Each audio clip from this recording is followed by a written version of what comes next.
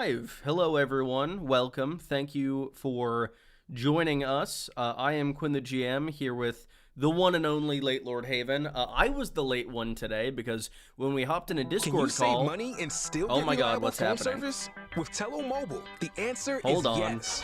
In an era Something of is playing overpriced sound, and I do everything, not know what it Tello is. Mobile comes with I an excellent apologize phone for service that actually has the best prices. Super getting an customizable ad phone for plan something, options and I that don't know start at what it just is. $5 a month and go up to only. Okay, Yeah, I just heard it. we're on the fine. stream. Technical Have difficulties. you saved money?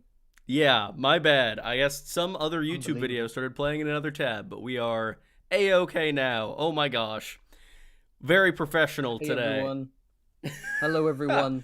Quinn's being humble. I am also kind of responsible for the lateness. I did rock up on the dot. It was meant to start, so chaos. This is chaos. Shall we just It's start great. again? It's Shall we great. just Yeah. So delete our today channels? we're talking about a Song of Ice and Fire theories, which I thought would be fun because I feel like you don't talk a ton about theories. Like you're mostly animating lore and history, and I know you have animated a few theories, but I thought it'd be interesting to pick your brain a little bit.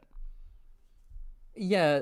There's not that much detail on theories on the wiki, and obviously I don't want to read the books ever, so Of course. I just stick with the lore. Yeah. Yeah, but I figured it'd be fun. So we have a tier list here today. It's not going to be so strict as like, I assume like higher up is going to be like, we think it's more likely to be accurate at some point, and also we like it, whereas F is probably we don't like it and it's inaccurate. Wait, hold on. I'm already gonna jump in here. Those are two different things. I feel like that's a full-on Yeah. I- What do you think? How should our ranking go? ranking it based on simultaneously being good and being likely to happen is like we need a way more complex axis for that, a way more complicated graph. That's fair. I think we're gonna have to pick one. I'm oof.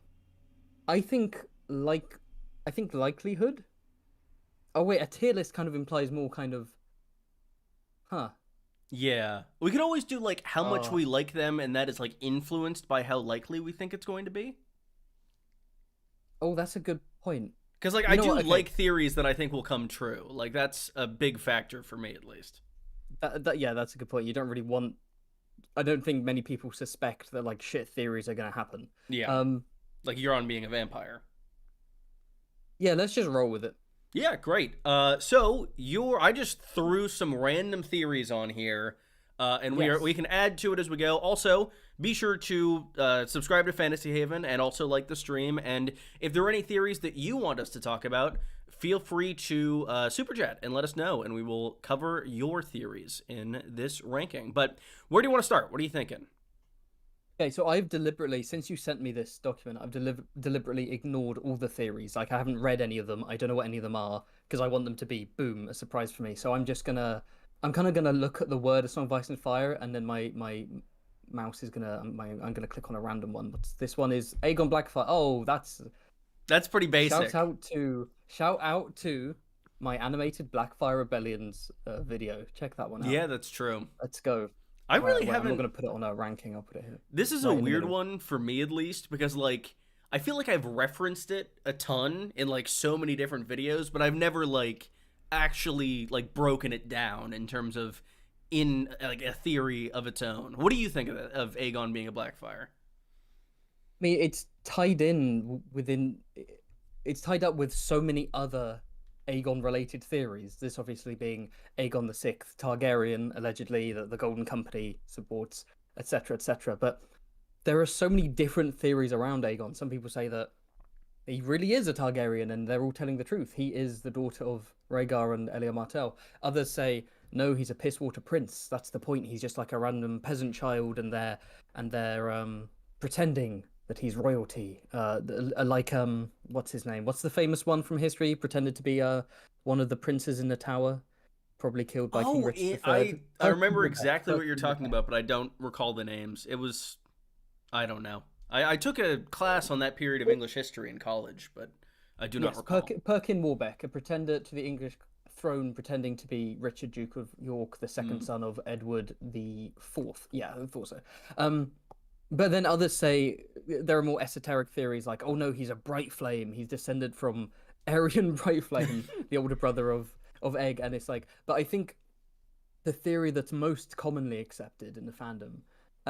I would argue this theory is so accepted that it's almost taken on a life of its own. It's almost become canon. People basically treat Aegon as objectively being a Blackfyre. Like, it would be more of a surprise, I think, to the fandom if Aegon was unironically Rhaegar's son. Yeah, I agree. And I do. And I'm on.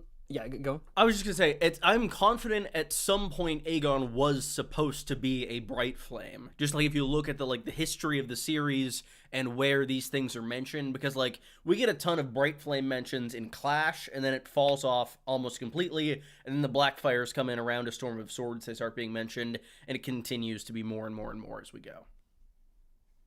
Yeah, and yeah. Because we knew about the concept of the Mama's Dragon, the concept of a pretender was clearly there, and then of course, we meet Aerion Brightflame in the first Duncan Egg novella before Storm of Swords comes out, and then Storm of Swords is where we first mention a Blackfyre, and that's when the Duncan Egg novellas start mentioning the Blackfyres as well. So there was always this seed of a pretender, of a sort of Daenerys versus the Mama's Dragon or whatever.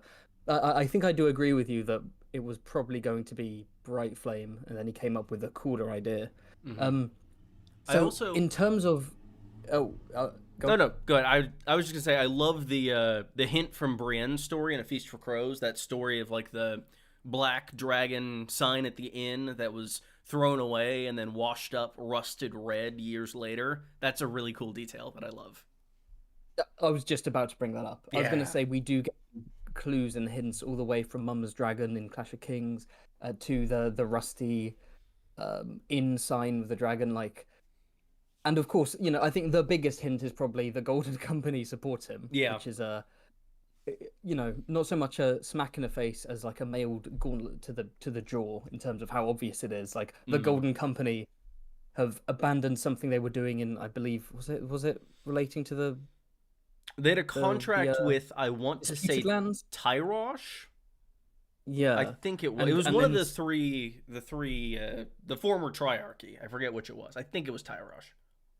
And despite being founded by Bittersteel himself, despite basically being the company that kept riding and marching and fighting with different Blackfyre pretenders from. Well, I think all 5 Blackfyre rebellion. No, not the second. Not the second. But 1, 3, 4, and 5 all involve the Golden Company. The 5th Blackfyre rebellion, Maelys the Monstrous, was literally the Captain General of the Blackfyre Company, and he got that position because he killed the previous Captain General, who was a Blackfyre cousin. Right? They are linked so deeply in with this company, and for them to, you can make the argument. Yeah, maybe they're just sort of they've lost their roots. They're more cynical. They only really care about cold hard coin, and so we'll support a Targaryen if they give us enough money. But I think it's very much this is a Blackfyre. We've been told he's a Blackfyre. I think it just there are loads of hints. Do you think it'll ever be confirmed? Just adds up. I don't know. Do you think we'll ever know whether he's a Blackfyre or not? Assuming the series, assuming Winds of Winter comes out tomorrow, will we find out? So on one hand, I do really like the idea of it remaining a mystery, and maybe we get more hints, and it's kind of up to the reader to decide. But on the other hand, I think part of the conflict, the inevitable conflict between Aegon and Dany, will probably come from Aegon being a Blackfyre. Like, I think it will be revealed. My guess is it will, and that could affect because that affects so many characters. It affects Aegon himself. It affects Jon Con, who thinks he's fighting for Rhaegar's son. It affects Daenerys in terms of her claim to the throne. It affects Jon Snow in terms of his claim to the throne, most likely. So I think it will be. I think it will be revealed. I agree, and I would say, I don't know. I don't think it's going to be revealed to the masses, but I tend to think it's going to be revealed at least to Daenerys. I think that's the important element. Okay, so we've talked about how likely it is, and you haven't quite said, but do you agree with me that Aegon Blackfyre is more likely than not? 100%. I also have Aegon as legit down there, if we want to talk about that simultaneously. Oh, yeah. We're kind of talking about both at the same time, aren't we? Yeah. But the question is, should Aegon be a Blackfyre? Which is to say, this theory coming true, do we think it adds to the narrative? I think it does. I think we have a legitimate Targaryen claimant already, and we have a like secret legitimate Targaryen claimant already, assuming Jon Snow. I mean, R plus L equals J is another thing that people take as canon because it probably is canon. It's questionable whether or not he'd actually have a claim on the throne, whether or not he's legitimate or not. I've talked about that a little bit in the past. But I think having someone who is like the image of the perfect king that ends up being a shadow on the wall, like so much is said with Varys, I think that very much makes sense, especially given that Varys is so involved in this conspiracy. I like the idea, and I think it is good for the story. What about you? I agree. Yeah, yeah. I think whether it's assuming it's revealed to more than one character, I think it can affect a whole bunch of people. Like I said, from Aegon himself to maybe Jon Snow, Daenerys, Arianne Martell, etc., etc. So many people could be impacted by this and what it represents. And it's also just cool. I feel like we're not mentioning one of the biggest things. It's just fucking cool that there's like a Blackfyre pretender. You know what I mean? Because the Blackfyres really are, in my opinion, just a fun part of Targaryen and Westerosi history. And yeah, it's just it's fun to take this kind of failed cadet branch and be like, okay, this time he's launching a sixth rebellion, but we're gonna pretend. Oh, you know what? Should we, seeing as we're on this topic, shall we address something deeper within this theory, which is the idea that Aegon might be the son of Illyrio Mopatis? Yeah, so that's an idea that I've never really known what to think about it. Like I agree with Aegon Blackfyre. I think that is a theory that is not only likely to happen but good for the story. I think it gives a better reason for conflict between Aegon and Daenerys than just like people warring for the throne, because I do think that we do need some reason for these people to come into conflict. And Illyrio being his son, there are things that make me think yes, there are things that make me think no. A lot of it comes from that like sample chapter. It wasn't a sample chapter. It was a sample chapter. It was a sample of Tyrion 1, A Dance with Dragons, back when Martin read it at cons before that book was out, where there was kind of an old version of the story where Illyrio was like giving gifts to Aegon and gave him like quote unquote a sword and other things. And he does seem to have a great deal of affection for Aegon. He refers to him as the boy. He has all of his old clothes, some of which he gives to Tyrion. So he obviously cares for him so much, and he has that wife who died of grayscale. He has her hands in a box, which is, cool and normal. But beyond that, her name is what? Sarah, and people think that could be Sarah Blackfyre. I don't know. I've never known what to think about that. I think that he's probably Sarah's son. Whether he's also Illyrio's son, I'm not sure of. What do you think? There's a possibility, as someone's brought up in the chat, that he's not Sarah's.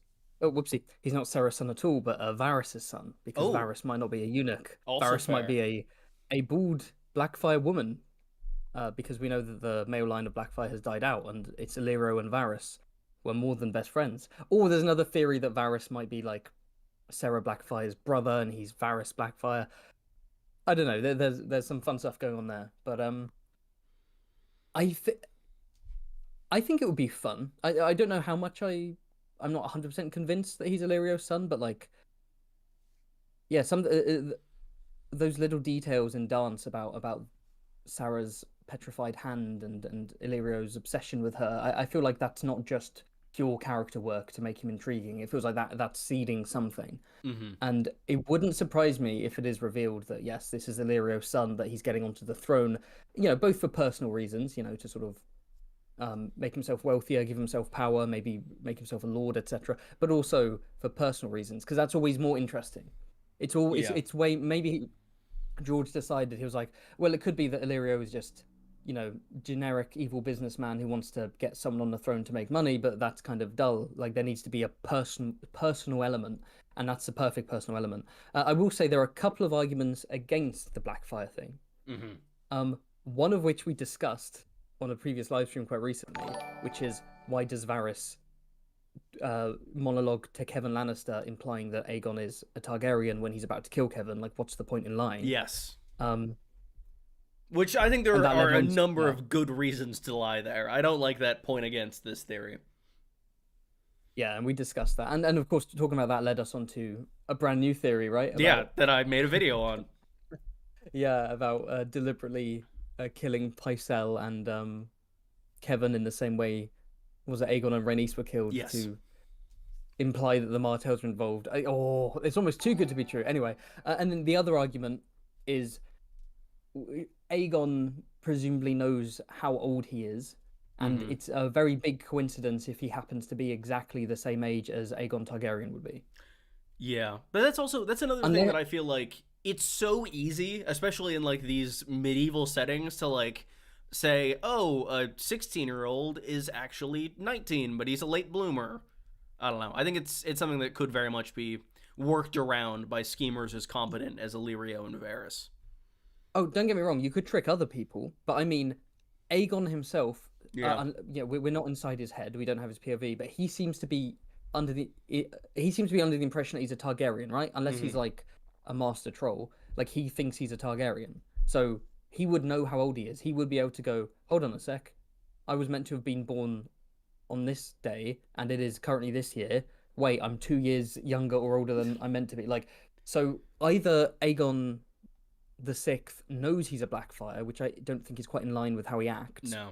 Or it's just a massive coincidence that he happens to be exactly the same age, or he's been lied to about his age at some point. Like maybe when he was 5 years old, they told him, "Oh, you're 6," and then he's just stuck with it. I don't know. Or Illyrio and Sarah purposefully timed his birth to exactly coincide with Rhaegar's son in King's Landing. After making a blood sacrifice to the children of the forest. Yes, at the behest and of that blood sacrifice was Varys's manhood. Oh. I think we've connected the dots. Holy shit. Wait, the Varys' manhood was burnt, so are we saying there's some kind of old gods, Lord of Light pact going on? Of course, Syncretism? yeah, I've always thought that. Oh my goodness. So we're merging the denominations. Let's do some New ranking here. founded. I would say Aegon Blackfyre is S for me, and I would say Aegon being legit is like C. I agree with Aegon. Okay, can I ask you? So an embarrassing. Oh, sorry, Aegon is legit. You said C. That was my thought. I agree. It's very mid. Yeah, no, I agree. I fully agree. I'm embarrassed to say that pretty much most theories about things that happen later on in the books, if not things that happened in the existing books, most of the theories, right, did not work out myself. A lot of stuff I did, and I'm proud of that, but most I did not. Aegon Blackfyre is not anything I picked up on when I first discovered it.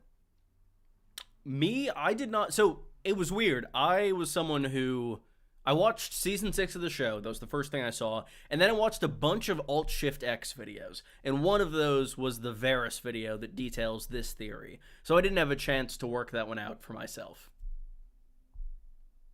So unfortunately, I did not get there. I did books first, and honestly, when I saw that Aegon Blackfyre theory, I was probably like, yeah, what the fuck are the Blackfyres again? Yeah. And like, because I did read World of Ice and Fire, but there's a lot going on in that book, and for the first time you read, you don't necessarily soak it up. And I think I was just like, oh yeah, the dragon, the black dragon, yeah. But we actually have a super chat here. Another theory having to do with kids of Rhaegar. 2 theories, kind of, from Kuzco Full. Thank you very much. I have a doubt. Jon Snow name is chosen by Ned Stark in honor of his friend Jon Arryn, or chosen by Rhaegar in honor of his friend Jon Connington. So wait, say that one. 2 theories here. Could you? Do you have the capability of adding a text box? You should just be able to duplicate the ones that are there and then type new stuff in. Can I? I can. Yes. Yes, you can. Yes, it's acting a bit weird. Like I said, I'm here as a guest instead of my actual account because it opened on the browser. But anyway, go on. Yes. So 2 theories. One is Jon is named for Jon Arryn. The other is Jon is named for Jon Connington. So Jon Snow is named for Jon Arryn.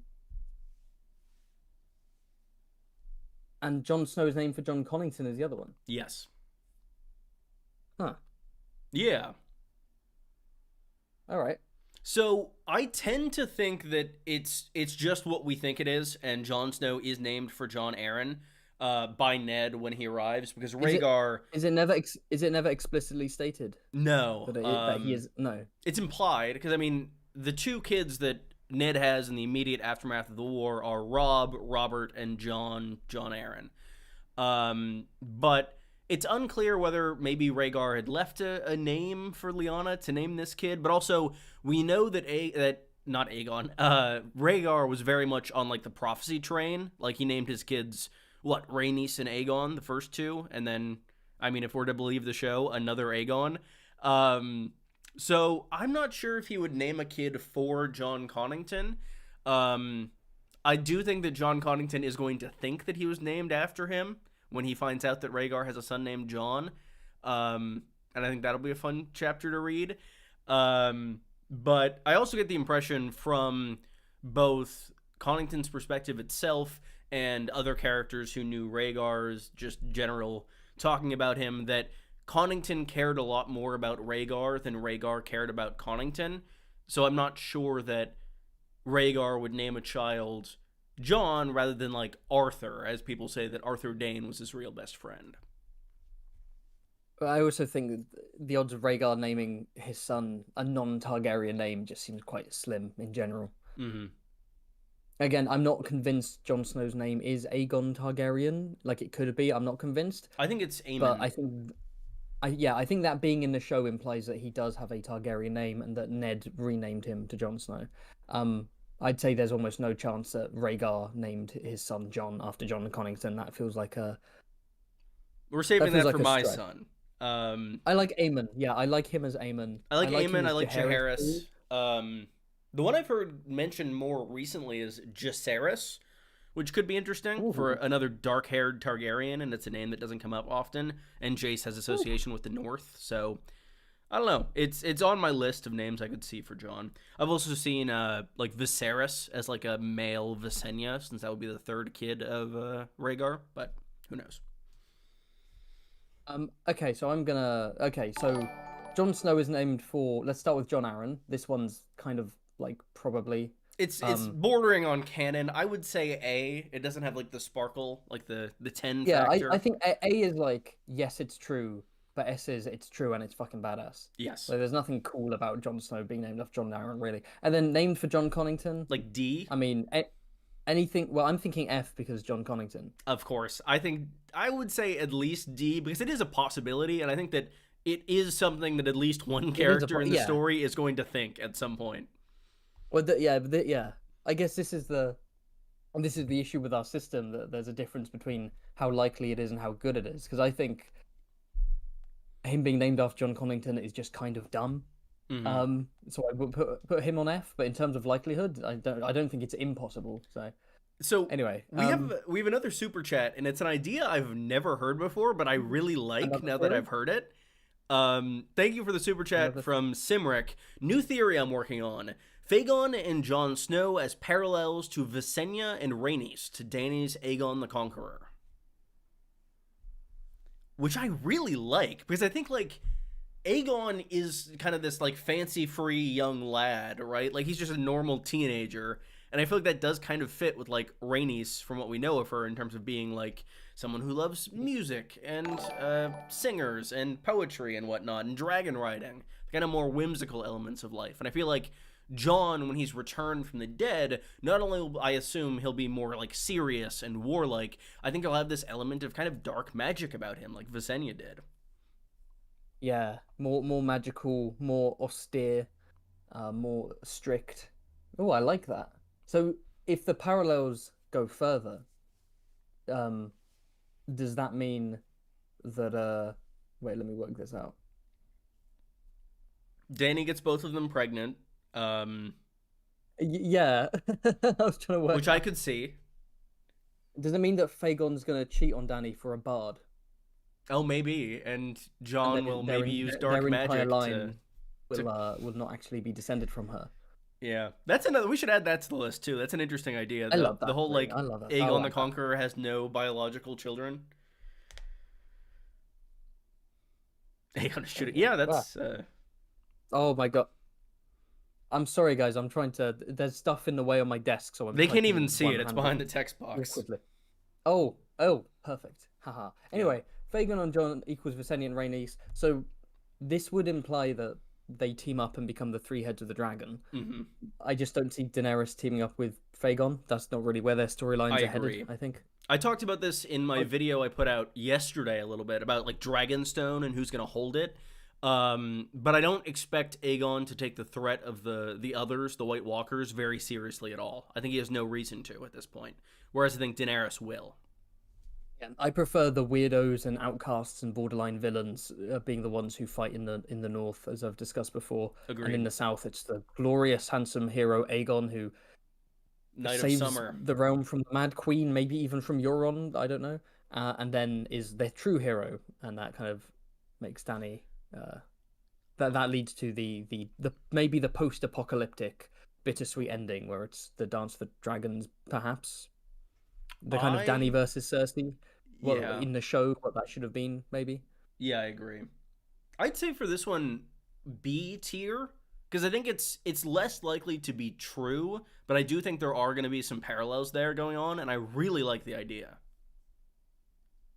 I just don't see. I think it's a stretch, personally. I think it's a stretch. So where everyone's would you put the it? three heads of the dragons. I'm gonna say C. Okay, we'll settle it there for a compromise. Yeah. Okay, so do I pick a? Let me pick another random one. Yeah, Let's actually, go with. There's one that we are kind of like danced on the outskirts of that I wanted to bring up because it looks weird out of context. You see near the bottom on the right, Varys is a good person.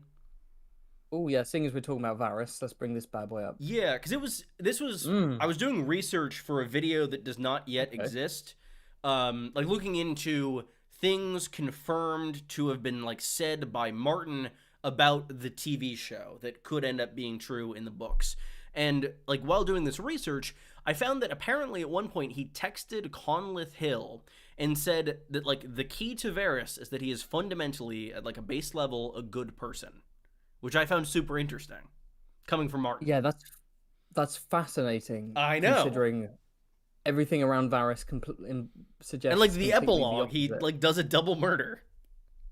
Like, but not even. Well, it's in his. He presents it as for the greater good, but it's in the set. It's not like I am killing two people because I think they are tyrants. It's I'm killing two. Well, maybe not Pycelle, but I'm killing a very competent person in Kevin because I want there to be chaos, because I want my pretender to succeed in brutally invading and taking over this realm. So it's like his whole shtick is no chaos yet, wait till the perfect opportunity, then chaos, then bloodshed, then death, then we use the instability to invade and take over. That sounds evil as shit. Yeah. Like, that doesn't sound like a good thing at all.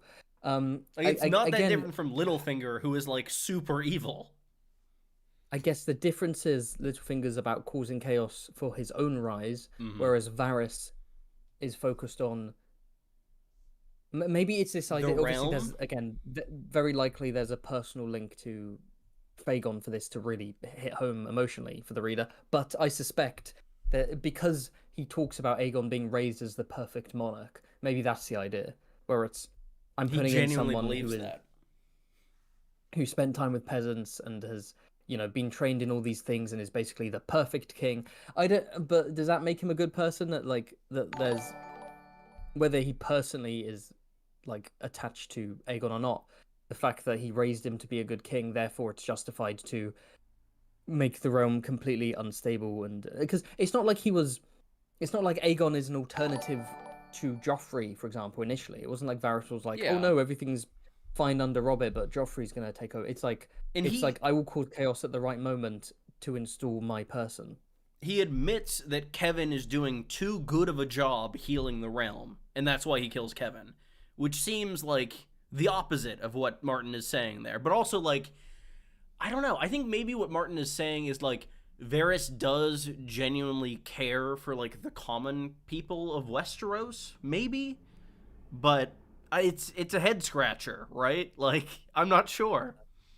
I mean, it makes sense for show Varys, because he basically just became, I want a really good person on the throne, and that's Daenerys. And it's not fully explained in the show, to be honest. But in the books, it's like, you're a less selfish Littlefinger is how it comes across. I don't get it. Maybe we just need to learn more about him. It's hard to rank this one because it's been confirmed by the author, But it's also like doesn't seem that true at present.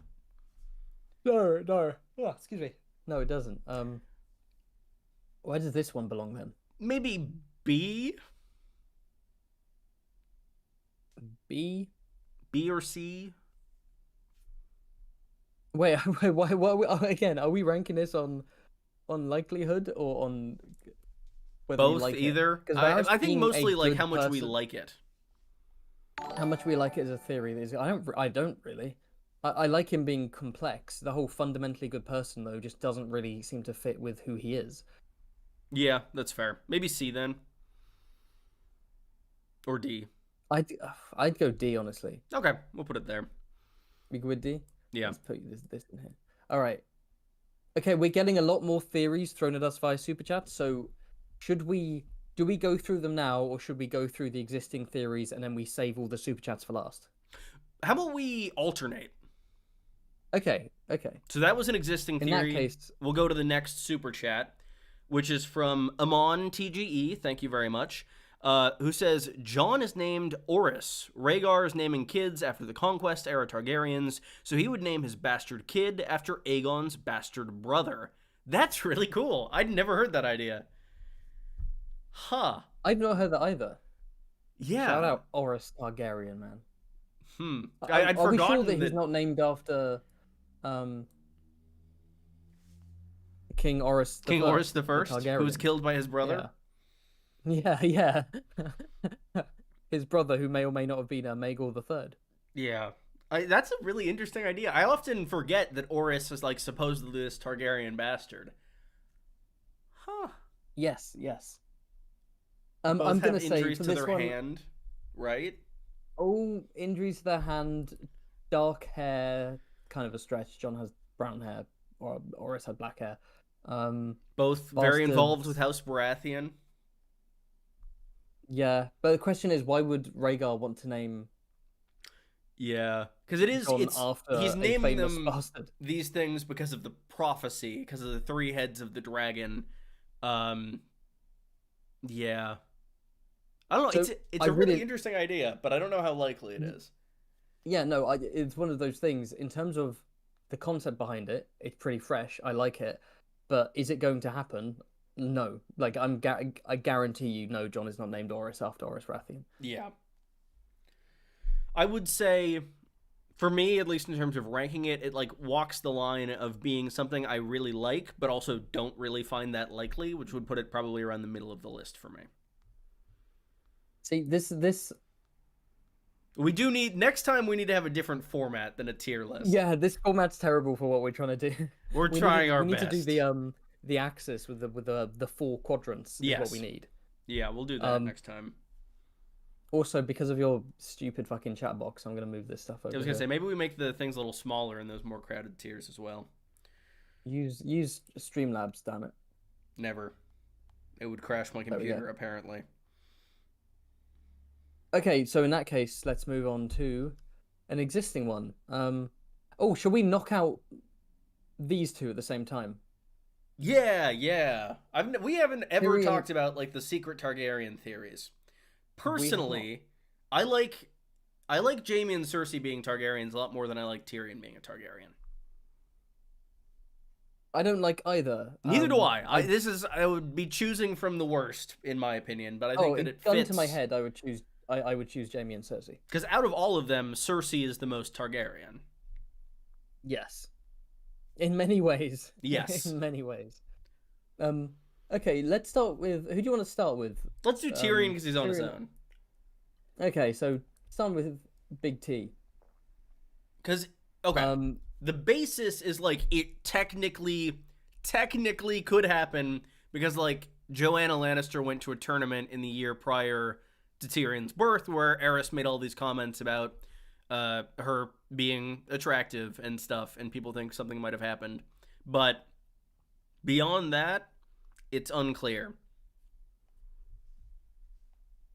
Yeah. Have you seen? Presumably you've seen Glidus's video, right? Yeah. Yes. About this, because that involves its own. There's like a sub theory within this which we should address afterwards, the Chimera one, which is really fucking funny. I forgot about that. But yeah, so Tyrion Targ. I'm gonna throw some pros at you. I'm gonna play devil's advocate, even though I think it's a stupid theory.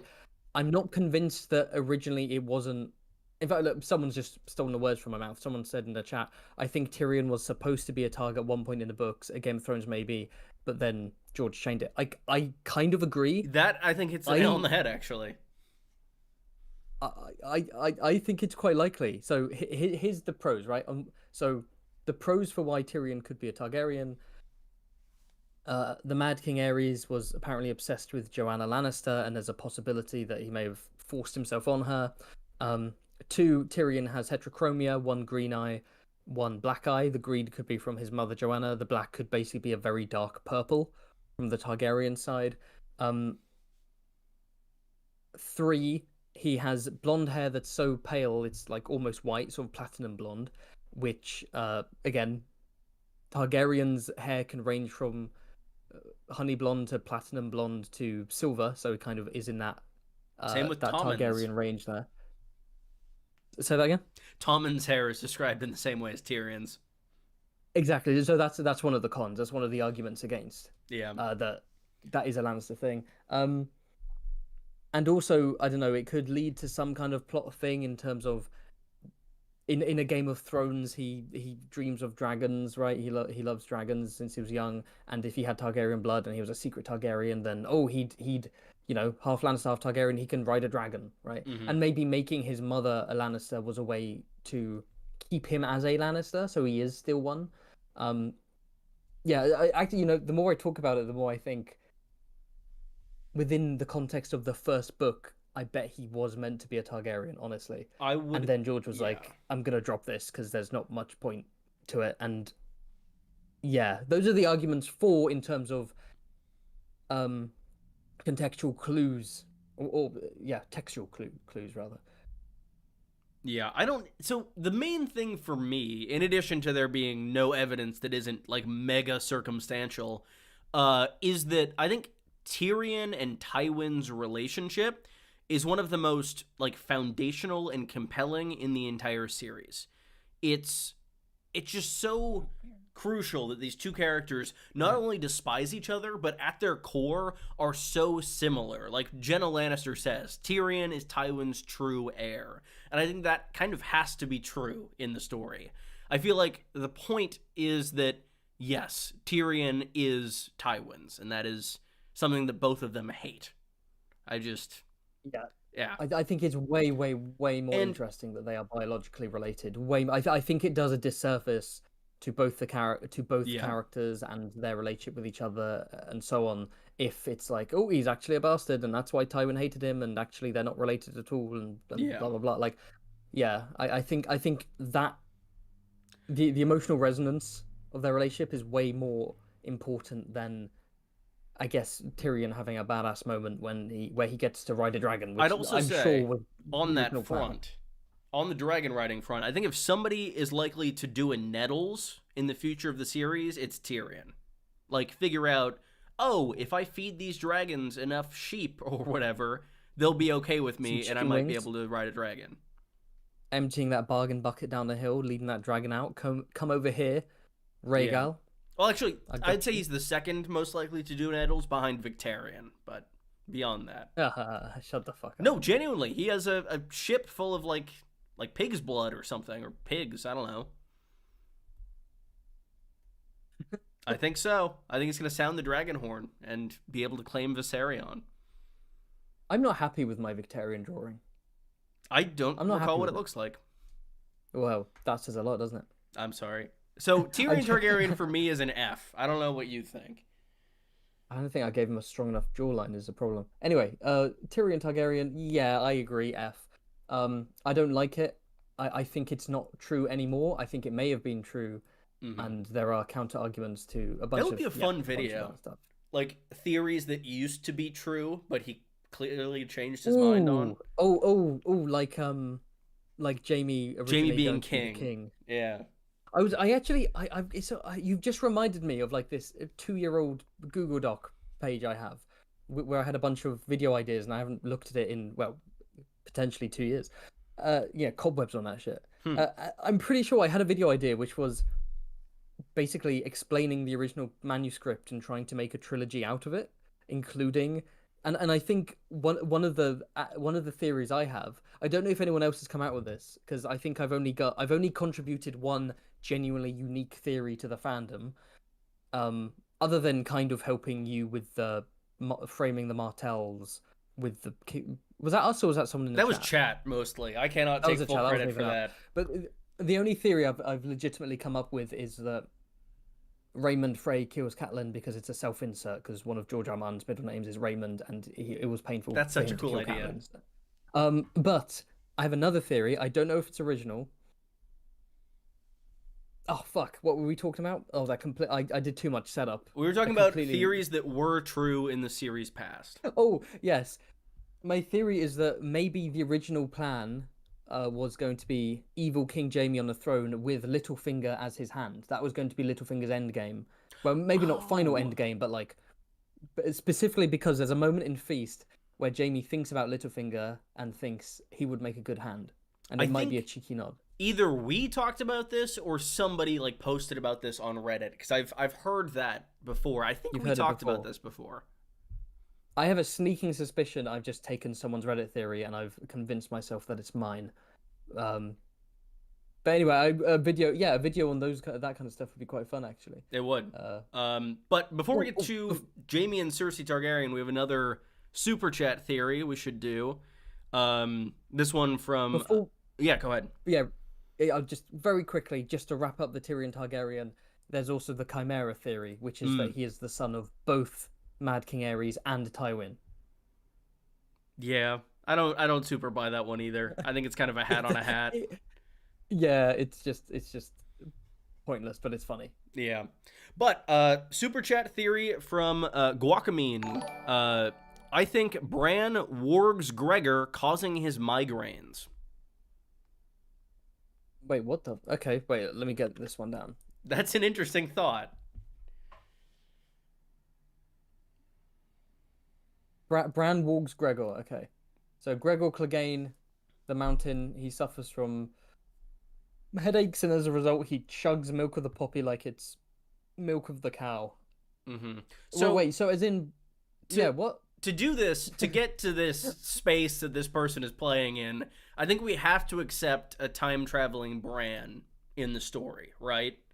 Because, like, we have Bran's perspective in these books where Gregor is alive and having headaches, and he's not doing that. And Gregor is dead right now, and assumedly not feeling anything. Unreliable narrator. Maybe... Yeah, Bran is just in between chapters warging Gregor. It's for no particular reason. You know, just being like, I could see this idea in that, like, I see what this person is driving at, which is like the idea of a Bran that is like puppet mastering everything, being the chess player and like trying to control things and engineer events to go a certain way. And maybe in order to get to the end game, he needs to have Gregor, you know, burn the entire Riverlands because he has a headache or something. But I don't know how likely that is, because I feel like... Grab the door, grab the door, grab door, Gregor, boom. Have we ever heard Gregor say his own name? Armand's napkin. Bran is going to warg young Gregor and turn him into... His actual name is Horatio. But his name's now Gregor because grab the door. And he's going to warg him to march all the way from King's Landing to help Bran in the cave in the north.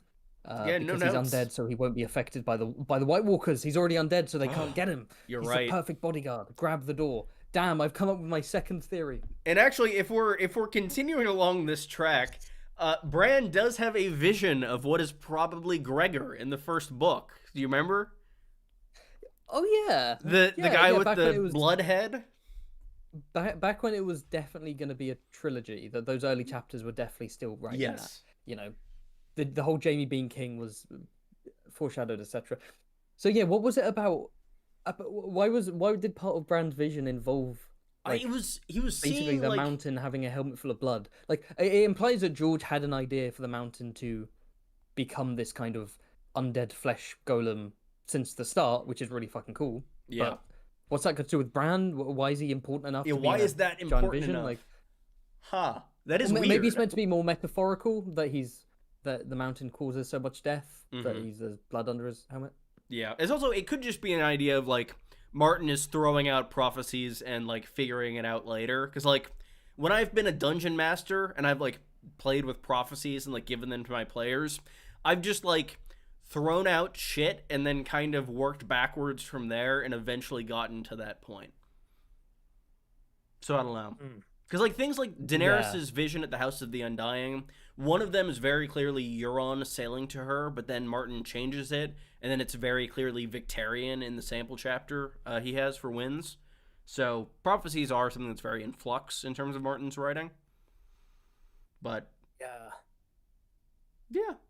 Where do you want to put Bran Wargs Gregor? Obviously F. I mean, I can't really make a case beyond that. Thank you for your theory, though. It is something I've never heard before. In the future, while training in the cave, he might randomly start walking Gregor as a child and giving him permanent headaches. It's like when Luke sees Darth Vader in the cave in Empire. It's going to be just that, but with Gregor. So, Jaime, do you want to talk about Jaime and Cersei Targaryen? I have to step away for a second here. Sure. Okay, so the idea behind this is similar to the Tyrion one. It's that the Mad King basically forced himself on Joanna Lannister, the wife of Tywin Lannister, and impregnated her, gave her twins, Jaime and Cersei. There are, of course, lots of Targaryen twins in history. There's Baela and Rhaena, there's Jaehaerys and Jaehaera, and so on and so forth. Both identical twins and also non-identical twins. They're both blonde, but they could have just taken after their mother, of course. And some Targaryens are blonde. They're both incestuous, and maybe there's something innate within the Targaryen genes that makes them incestuous.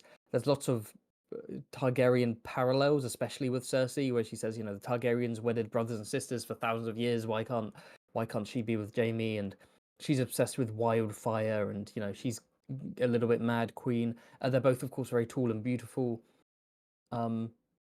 The arguments against it, of course, are there are also Lannister twins throughout history, like Jason and Tylan, so that's not necessarily unique to the Targaryens. And they're blonde because they're Lannisters, and they're tall and beautiful because they're Lannisters, and that's what the Lannisters look like. And Cersei is obsessed with wildfire and is going a bit crazy because that's where her character is going. It's not innate within the genes of a Targaryen to be incestuous and to be crazy and to like fire. Well, maybe the fire thing is up for debate. But yeah, man, no, I think they're not Targaryens. I would agree.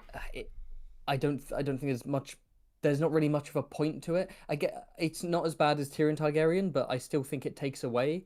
And not in terms of their relationship with Tywin necessarily, but I think it takes away from Cersei being like, oh, why is her character going down this dark, fiery path? Oh, because she's a Targaryen and it's innate within Targaryens to be that way. That's so lame to me. That's just not interesting. It's substituting something like magical and potentially genetic for a pretty compelling character arc, which is exactly my issue with like Daemon's vision in the last episode of House of the Dragon. Like, I don't think that's Martin's style at all. That was one hell of a live stream. I think that got a lot of views. Oh, our finale one, yeah. Oh yeah. So yeah, I would also put this in F. I'm not super big on it. Yeah, and I don't know if I can 100% agree on compelling character arc. I've said that I love Cersei, but I do think there's a little bit of retconning going on with her character that I don't think is justified enough by the death of Tywin and Joffrey. I think she's pushed a bit too much in a certain direction, a bit too far, that's a bit too different from how she was in the previous books, and it's almost slightly comical, and it's like, this isn't the character that we had encountered before. Yeah, more than slightly. And it's a great character, but it's almost like this wasn't set up enough, or this was just Martin going in a different direction because it was more interesting, but I don't know. But I'm putting... Oh, I'm sorry, I just put that in F without even... No, I agree. F. I do think, like, I've recently started rereading Feast for my chapter ranking video on it. And the early Cersei chapters are significantly more hinged than I remembered. So it is very much an arc, like a downward spiral in this book, but you're right that she does very much feel different than the character we've come to know over the 3 books preceding. And to be fair, the thing I really hate about Cersei is because I can deal with her character being maybe a bit more cartoonishly villainous, right? After, because we haven't been in her head and she's experienced trauma, etc. But what I really hate is everything involving the Valonqar prophecy and the fact that she murdered her childhood friend Melara Weatherspoon or Heatherspoon or whatever. Like, that stuff is so unnecessary to the point where I think it's, and I've talked about this before, but I think it's a bit detrimental. The idea that Cersei, aged 10, killed her friend. Yeah, that's not... Basically implies since a child she has been a psychopath, and it's like that's so uninteresting compared to she's the way she is because of the influence of her father and her place in the world and all these other events that have happened around her. It's just, I remember reading it for the first time and actively being like, one of the few times I was like, oh man, really? Like, I was disappointed by it. Anyway. Yeah, so going from that to super chat stuff, we have two here. One is a thank you, just generally, to Tyr the Cruel for super chatting, saying, my two favorite A Song of Ice and Fire YouTubers. Hope you two are having a nice day. Here's some money. Thank you very much. We appreciate it. Beyond that, we had another one from Freddie Jones, who brings up Myrcella's body double. Do you think they swapped? This is one that I've always heard of, but never really known much about. What do you think? All right. You do the intro while I write this one up. Sure. So there's a number of ideas involving Myrcella Baratheon, who goes on down to Dorne, having this handmaiden who goes with her, who supposedly looks like her. And the thought is that these two characters swapped at some point off screen. That is part of why the Queenmaker chapter is from Arianne's perspective rather than Aerys's, because we were in Aerys's head before. And this will mean that Myrcella Baratheon / Lannister is not scarred and does not have this lingering wound from her encounter with Darkstar as she otherwise would. I like the font choice. Thank you. What do you think? I think it's... Did I spell that right? I did. I think it's... I always spell Myrcella incorrectly. I think it's unlikely. I don't see the purpose of it. I'm not saying that it's not something that they could have cooked up, that they could have schemed up. It's just like, what's the point in having a body double who gets injured and then it's not actually her? And it's like, okay, cool. Like, yeah, I think... Why not just have it be Myrcella? I find it pretty likely that Myrcella was actually the one to get injured. I never found that very compelling, but I could see the swap happening with, like, maybe they send one of them up to King's Landing and keep one in Dorne as an insurance policy. Like sending the handmaiden back, albeit Cersei would obviously know immediately, but I mean, Cersei's imprisoned and might not have the power to go see her daughter, so that could work. Okay, in that sense, in terms of keeping the wounded one in Sunspear and sending up a double to King's Landing and being like, oh, it's been a couple years, so she looks different. I don't know. That's a big stretch. Yeah, I don't know. It's something that a lot of fans just kind of take as fact, but I've never been super compelled by this idea. Wait, hold on. So does anyone in King's Landing know that she was wounded by Darkstar? We know that being kept a mystery. Balon Swan knows in Dorne. He finds out during the Watcher chapter. He's probably dead, though. The way someone in King's Landing would know would be if anyone has sent a raven, if Balon had sent a raven from Sunspear, but we have no record of anyone else. That could have happened. Yes. They could have said, oh, and blame it on Darkstar. He's a rogue. We're going to hunt him down. You know, he killed he killed Aris Okar and he injured her and we're going to get him, etc., right? And then you could send a body double Myrcella, but just have her face wrapped up and be like, yeah, she was injured. She's the right age, she's blonde, but her face is covered because she was injured. And that way, you know, they get to send her, but have the real one for themselves in Sunspear. Is that too much of a stretch? Yeah, I could see that, because, I mean, Daeron is very cautious, and he's someone who wants to have a backup plan for his backup plan's backup plan. And I think giving up his most valuable hostage is something I could see him really not wanting to do, especially if he is beginning to broach open conflict with the Lannister regime. So I could see this being used in some way, but I don't think it was used for the Queenmaker plot. I think that was Myrcella. And I could also see it going either way very easily. I think that it's an option in Daeron's toolbox. It's unclear if he'll use it. And if he does use it, what would be the purpose, do you think? Just basically having a Lannister hostage? Yeah, I would say so, because that's, like, super valuable. And I mean, the reason the Martells were compelled to fight on behalf of the Targaryens during Robert's Rebellion was the fact that the Targaryen regime had child hostages from the Martells and Elia. So I think he might be emulating that strategy. The gold will be their shrouds, could be maybe Myrcella the hostage is executed in Sunspear because shit goes down in King's Landing. Yeah, I honestly, that idea, I don't mind it. I think it's something that could very much happen. Should we put it in C as a kind of like... Yeah, I was thinking C or B. Because I think... I'm going to go B, because B's empty, and also... That was also my thought. Way too seriously, as always. We spent so long, like, debating exactly where it should be, and then I have, like, an existential moment when I'm like, wait, I don't care. Yeah. Okay. Oh, also, Jon is named Orys being on C.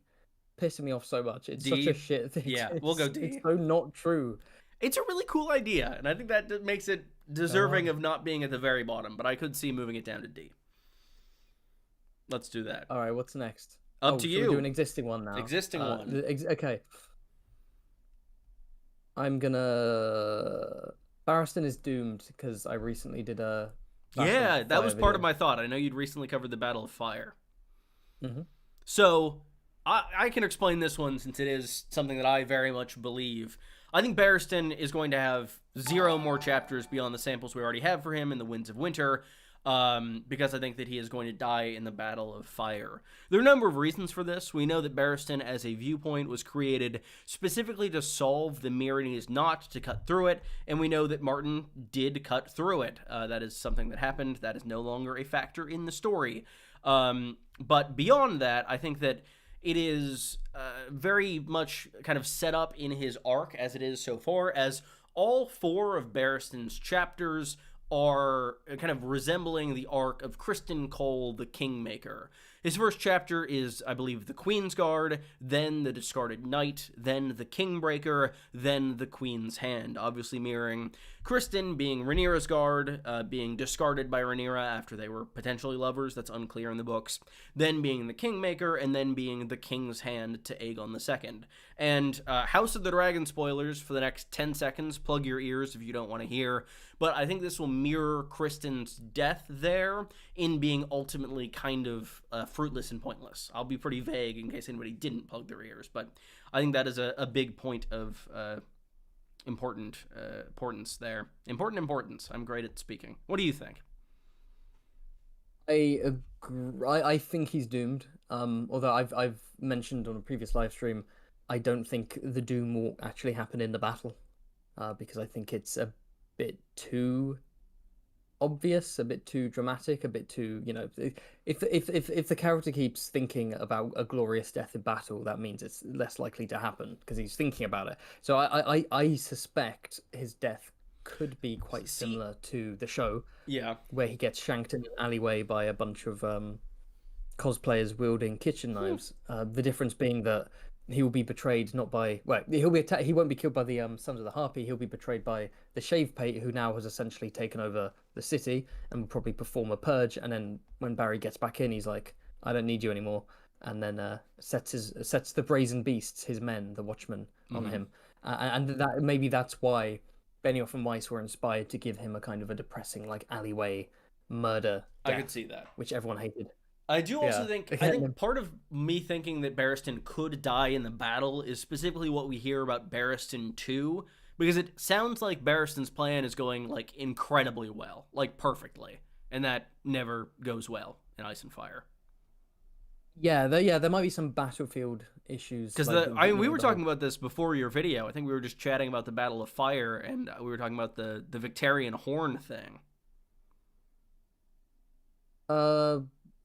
What was this one? This was a thing, I only picked up on it because it was referenced, I think, in the chapter call for one of the fanfic chapters, or no, it was in a Prepping for Winter video by Preston Jacobs.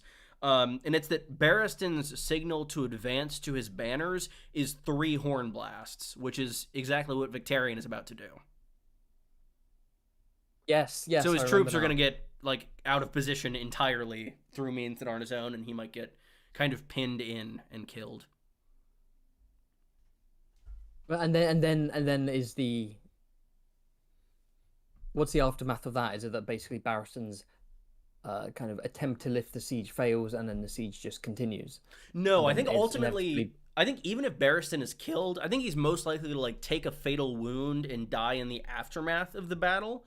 In terms of the actual like structure of what's happening, with Tyrion turning the Second Sons to Daenerys' side and us like knowing that happens, I think that Daenerys' forces are pretty clearly going to win the battle. It's just going to be a question of like how things shake out in the aftermath.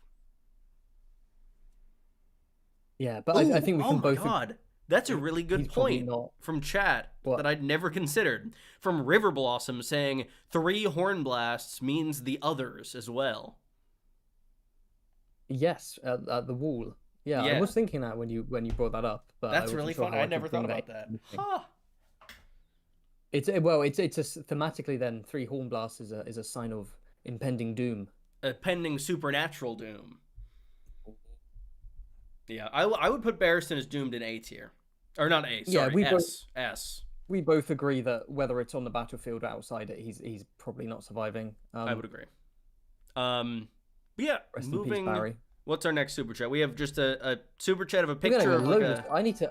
What was that? I need to stop doing. I need to stop doing weird niche live streams like reading sample chapters and start doing more shit like this, because you're getting... I know. We're gonna do super the chapter sequel to days. this video will be on your channel. This has Rich been fun. motherfucker. Rune Hayden just gives us €5 and a little picture of like either a hippo or a seahorse running, which I quite like. Oh. Thank you. And then also Simric says, only $5 additional for giving my theory a C. Keep up the good work and explore other fantasy fiction. I'd like to someday. And then the next actual theory is from Fixie Hartman, thank you so much, who says, do you think Martin even had half of these theories in mind when he was writing? I mean, the only mystery we actually get resolved was the cat's paw assassin, and the answer we got was pretty dumb. So this is less a theory, more a discussion point. What do you think? Okay, this is a hard one. So he's never quite struck me as a J.J. Abrams style mystery box writer. Agreed. Where, for those who don't know, essentially it's throw out a bunch of interesting mysteries that capture the audience's intrigue and attention, and then you solve it as the story is going on. You haven't actually worked out what the endpoint is, so there's not really any foreshadowing. You're not really building up to it in any real sense. You're just looking at what the audience, either what they expect to happen and what they will find satisfying and meeting their satisfaction, or deliberately doing what they don't expect. I haven't watched Westworld, but I heard that the writers deliberately looked through the Westworld subreddit so that the story would progress in a way that hadn't been guessed by anyone. Oh, that sucks. Which meant that they massively limited... I heard that might not be true, but I'm sure I read that somewhere. Yeah. But yeah, the kind of mystery box... Yeah, like Lost. Style of... It's complete nonsense. And George has said that, like, he doesn't like that. Like, he said... And again, he does bullshit a lot. He does say things aren't true. But I'm sure he said one time that if he's writing a murder mystery and the butler did it, he's going to seed in clues and foreshadowing about the butler being guilty. He's not going to, like, not know the answer, reach the ending, and be like, I'm going to choose this person because someone else already guessed the butler online, and I don't He said before he doesn't let fan guesswork influence. And that's why he doesn't read fan theories very often. Yeah, because he doesn't want to be like, damn it, they already know it, and now Yeah. I've lost interest in doing that, and everyone, blah, blah, blah. But on the other hand, like, clearly... No, I tell you this, he doesn't mystery box, but I think he does sometimes change the answers. Oh, 100%. So I think every mystery he creates, Mm-hmm. he has an ending for it. He just sometimes goes, I've changed my mind, that's not the ending I want. Case in point, as brought up by the super chat, Joffrey was clearly not supposed to be the original It was assassin Jaime, for Bran. probably. It was probably Jaime. Yeah. Maybe, yeah. And then it became Joffrey, and everyone was mildly confused about how that was handled. Yeah. I think it's also, like, not every theory is such a grand, like, mystery actually established as a mystery in the story that needs a concrete, like, solution to the mystery. A lot of these things are things that he has seeded and that we are kind of extrapolating on and will kind of very naturally be told throughout the course of the story, rather than, like, Tyrion theorizing as to who, sent the cat's paw or whatever. And it's also, like, thinking about story phases, we are still, like, in the first half of Martin's initial outline for the series, So should like the God. series continue, I think there are maybe more chances for things to conclude, come full circle. And the thing that I was going to say that I'd forgotten about was we know that Martin does kind of organically change things a fair bit. He's a gardener, and we know as recently as like 2022, he said he came up like with a brand new perfect ending for a character that he hadn't had before. So it is very much in flux. And I remember him, yeah, didn't he say that he'd come up with a twist? Yes, that was in 2015. That was my first theory video ever. Yeah, you know what? This is making me think that there's a. I think we should end this video with a very specific theory regarding Comic-Con, but we'll leave that. To the end. Yeah, no, we'll see. Which also, for those who don't know, Martin will be attending New York Comic-Con, which is like the second biggest con like in the world. I will also be attending New York City Comic-Con, so if you are going as well, maybe we'll meet up or something. That would be very fun. But yeah, so recognize him because he'll be wearing a Fantasy Haven merch. Of course, as I assume the entire attendance of the con will be.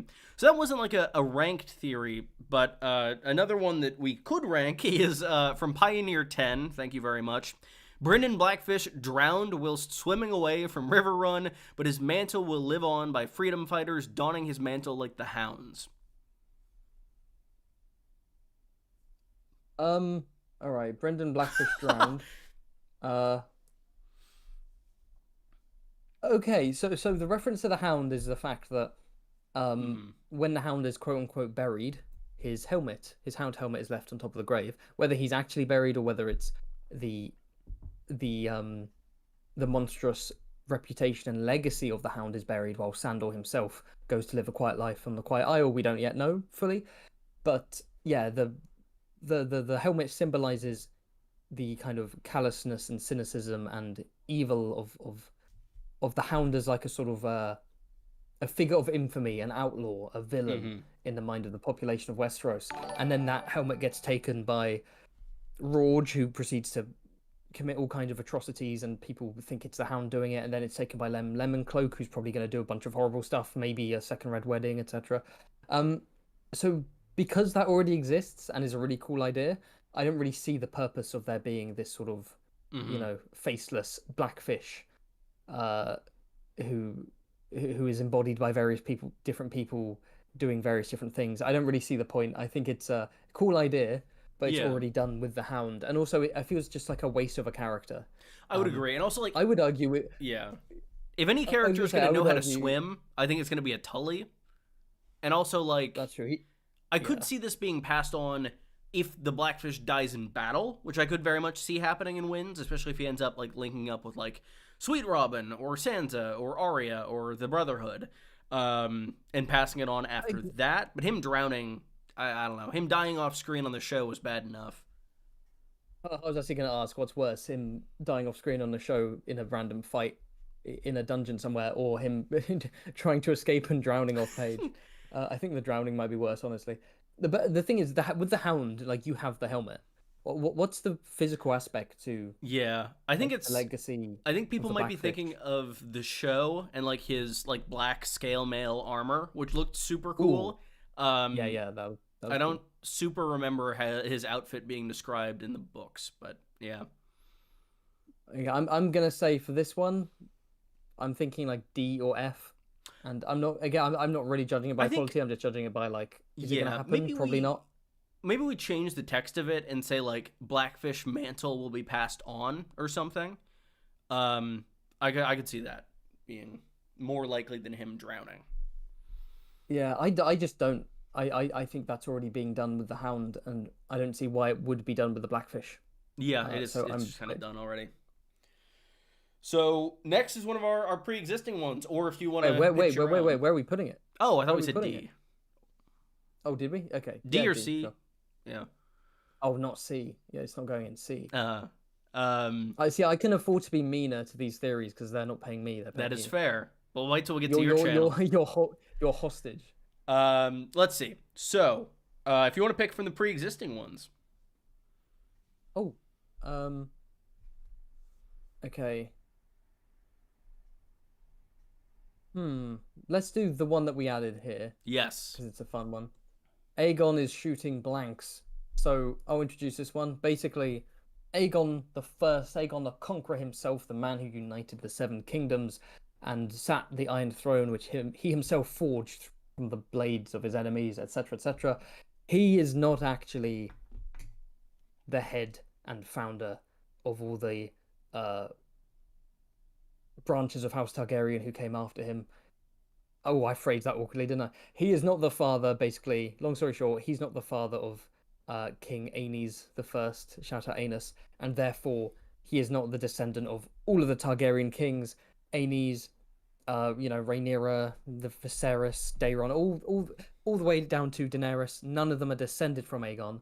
They are in fact descended from his sister wife Rhaenys, but not Aegon. So, what's the point behind this theory? So first off, the clues are that he struggled to have children with his other wife. Well, he didn't have any mistresses and didn't have any bastards, as far as we know. He only had one child with Rhaenys, and he didn't have any children with Visenya apart from Maegor. Although there's a whole other theory that Maegor is basically a test tube baby, that he was made with sorcery and not through, regular consummation, shall we say. So the idea here is that there's not super strong, and then on top of that, Rhaenys was known to be a bit of a flirt, and she liked to hang out with handsome bards and singers, and Aenys apparently had a very strong voice, but he didn't really look like his father and his father in terms of being big and bulky and strong, but he had a very powerful singing voice, and the idea is that maybe Rhaenys hooked up with a bard, and Aenys is a half-Targ bastard, and the entire line of the Targaryens are all technically bastards, and none of them are actually descended from the Conqueror himself. What's the purpose of this? The purpose, I think, would just be... I don't think it would ever be revealed.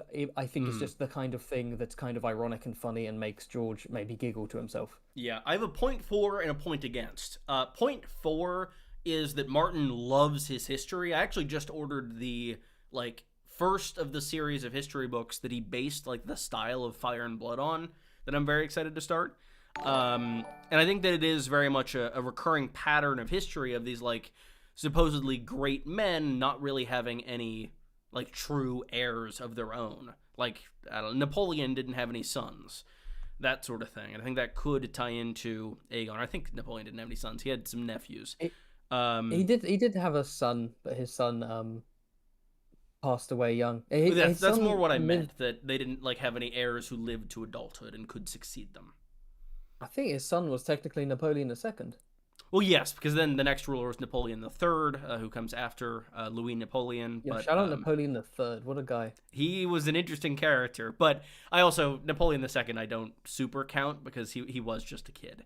But regardless, I think that could fit. But also, I do like Aenys and Maegor being kind of two halves of the whole that was Aegon, and that's why they struggle. Aenys is just purely Aegon, the more human side, and then Maegor's the pure martial warrior dragon man, and neither of them do very well. And I think that that's an interesting examination of what makes Aegon a great conqueror and a great leader. But yeah, this is something I don't think would ever be confirmed nor denied. I would put it in B, personally. What do you think? Personally, I actually really like this. I think lots of people, this is a mid theory where they're yeah, it's okay. I love this one. This is S tier to me. I just find it really fun that Aegon isn't essentially the founder of all these branches of House Targaryen. You said B. Yeah, we can middle ground it. A. Let's middle ground it in A. And I like the wrinkle that given his sisters, the bloodline technically continues, so it is a little yeah. There's the magical continuity for if they are still Targaryens. Yes, because that is a factor in dragon riding. It seems, at least. Yeah. I kind of want to. I know we've got a lot to get through, but I kind of want to spin off of that one. Where are you spinning? Let's spin off of. Okay, brace yourself.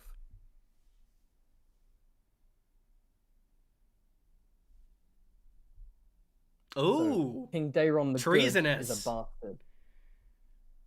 I said nothing. Treasonous. I have a I've got a VPN on, so Blood Raven Okay. can't track my IP address. So so the idea here is that basically, again, a lot of this just comes down to, haha, it's kind of funny and ironic, and George might find it, like, giggle to himself writing it, right? But the idea here is that Daeron's the legitimate Targaryen. Daemon Blackfyre is a bastard, and then he is legitimized and he rises up, etc., etc. But what if Daeron II is actually a bastard? What if they're both bastards fighting each other and arguing about who's actually genuine or not, and it's all kind of bullshit, right?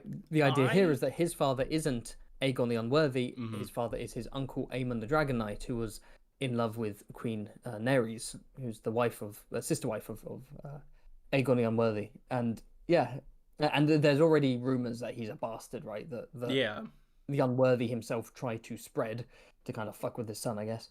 But maybe it's true, and maybe the whole war is basically one bastard who's technically legitimized up against another bastard who's also legitimized, because, so it's all just kind of like, I don't know, I just find that one kind of fun. I honestly like it more from a story perspective than Aegon shooting blanks. Because I like the idea that everyone in this era is a bastard and they're all fighting. And it does make sense, given that he seems a lot more similar to Aemon the Dragon Knight than Aegon IV. But I'd also say it's probably less likely than Aegon shooting blanks, in that I feel like there are a lot of instances in Ice and Fire of terrible people having great kids, or great people having terrible kids. And I like Daeron a lot. I'd say B for me on that one. Yeah, I think it's kind of fun. I don't think it's necessary. It's a fun idea. It's just, yeah, it's like maybe a C.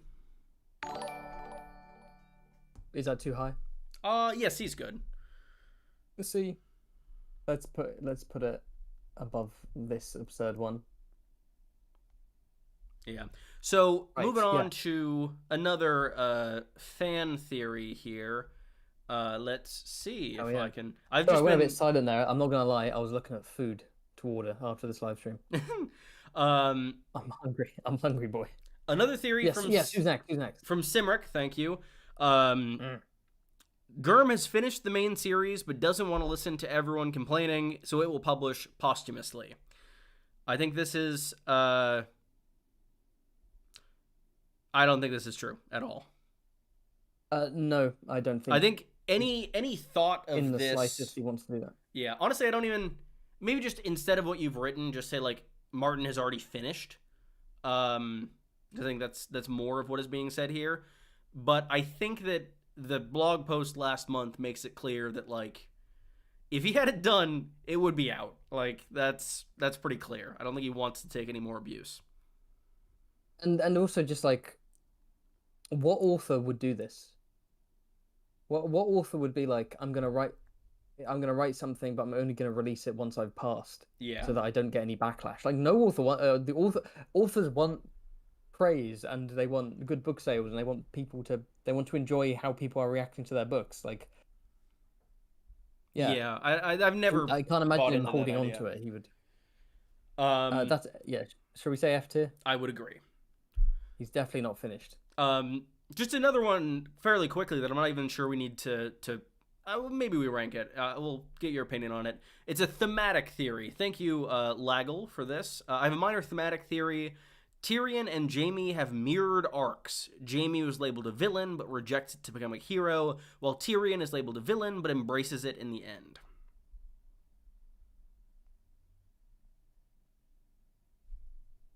Okay, Tyrion, Jaime mirrored arcs. I'll put it up here for now. Yeah. I honestly think all of the Lannister siblings have pretty directly mirrored arcs. Cersei? Yes. How is her arc similar? I mean, she I think just kind of goes from being they're all downward spirals, losing everything effectively. Like Jaime is in that sense, improving as a person, but I don't know.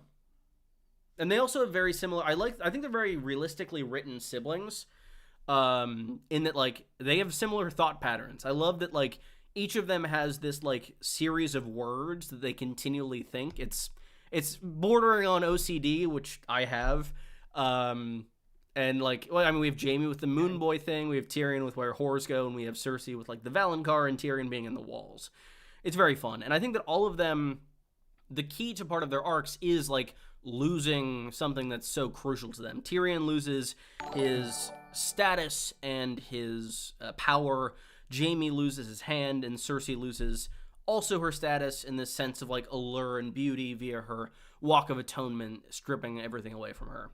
So I like all of their arcs kind of paralleled in that way, but specifically being paralleled as like villain and hero, I also kind of like as well, because I think it kind of inverts a lot of what Martin was doing with the original outline. I feel like we talked about Jaime being the original like villain and king. So yeah, what do you think? Yeah. No, I think I agree with that. I think that Tyrion's clearly going down a dark path, and he's becoming more and more villainous. And George described him as having, or is it, what is it, villain origin story? Yeah. Yeah. So I think that was planned from the start, and then Jaime's arc wasn't planned from the start, but yes, he's clearly going down a path. I would say this, like pre-season 8, I would be like, oh yeah, of course, Tyrion's, becoming more villainous, and then Jaime is kind of, I think it's a bit too simplistic to call it a redemption arc, but he's certainly going the other direction. But you just think how much of season 8 was taken from notes. Like, I don't think much. But but specifically Jaime, the end of his arc, the idea that he kind of just goes back to the toxic, addictive relationship, and like that's the end. It's like, really? You know what I think it is? Like, it just scuppers everything. You know what I've thought since 2022? You remember like 10 minutes ago, 15 minutes ago, I talked about Martin finding a perfect ending for a character. I think that's Jaime. I've always thought that's Jaime. Because I think he's a character who is incredibly hard to like come up with a conclusion to their arc. Because he is, like, Martin always says Daemon Targaryen is light and dark in equal parts. Sorry for the car revving outside my house, because people love to do that. But I think Jaime is kind of light and dark in equal parts, and it makes his story pretty difficult to end. Yeah, so, Daemon is dark and dark in different shades. Correct. That original quote about him is complete nonsense and doesn't reflect anything he does in his history. But yes, Jaime is dark and light equal. Absolutely. Yeah, I think. Yeah.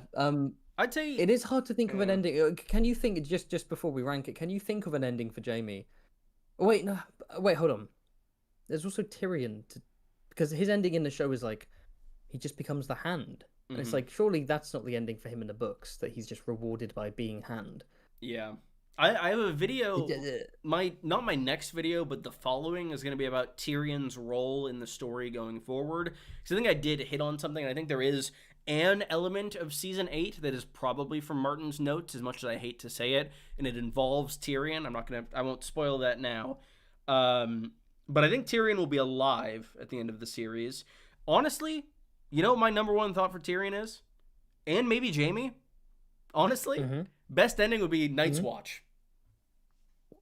Both of them. Yeah. Or at least Tyrion. Or something similar. Crow. Exile, maybe. The Golden Crow. Yeah, I don't know. Let's go. I don't know. But also, will the Night's Watch even exist if like the others are dealt with? That's the thing. Whenever people talk about, the ending for this character is they will be on the Night's Watch, like Stannis or Jorah or whatever. Yeah. And it's like, yeah, will it exist? I don't think it will. No. I don't think it will. Even after the apocalypse, I don't think they're like rebuilding the wall and guarding it again. I imagine it will just be open. Open for free roaming, probably, just hanging out. But yeah, I think Jaime is maybe the viewpoint character who it's most difficult to come up with an ending for, because he has said it's such an arc. What do you think about the kind of, I would say, commonly accepted fan theory before season 8, which is he will kill Cersei and in the process he will die himself? It's tricky because it's good. It's a great idea. It fits perfectly for both of their arcs and the Valonqar prophecy, but it's so obvious right? Yeah, I mean, it just makes you think, if that is the end, what's the point of the Valonqar prophecy at all? Yeah. Completely, but like, yeah, I mean, think I it would be a already good think ending. that. I don't like the Valonqar. Yeah, yeah. But yeah, But I don't know. anyway, Jamie's tricky. Mirrored Arcs, Mirrored Arcs. I'd say A. I think It, that's pretty concretely yeah, I think accurate. That's just kind of true. Yeah. Yeah. Let's maybe do one more before, because I think we've got a lot. Let's see. Man, imagine Dark Tyrion. Imagine Dark Dinklage in the show. He would have killed that that so shit. good. Because like the That would have been best so good. the best performance in the show in my eyes is his trial speech, and like he could have been there. That was the space he would have played in. Oh man, that was the last we ever saw of Dark Dinklage. Yep. But no, Unbelievable. the famous Boomler has entered with a super chat saying that his wins theory is that Hyle Hunt is alive. I'm not even gonna justify that. You know what? No, I'll write it down. Why not? This is the man who I witnessed in front of my eyes go up to George R. R. Martin in Oxford and say, You have a picture of his reaction, right? Hunt. He said, "My favorite character is Hyle Hunt," just for the meme. Yeah. Because why not? So Hyle Hunt. Oh, Hyle Hunt is alive. This is gonna be your Quinn is alive. Okay, I mean, yes, he is alive. Yeah, as of the end of A Feast for Crows. He's being hanged with Brienne and Podrick, and then Brienne's like, wait, no, and he's let go, so he's clearly alive with Podrick.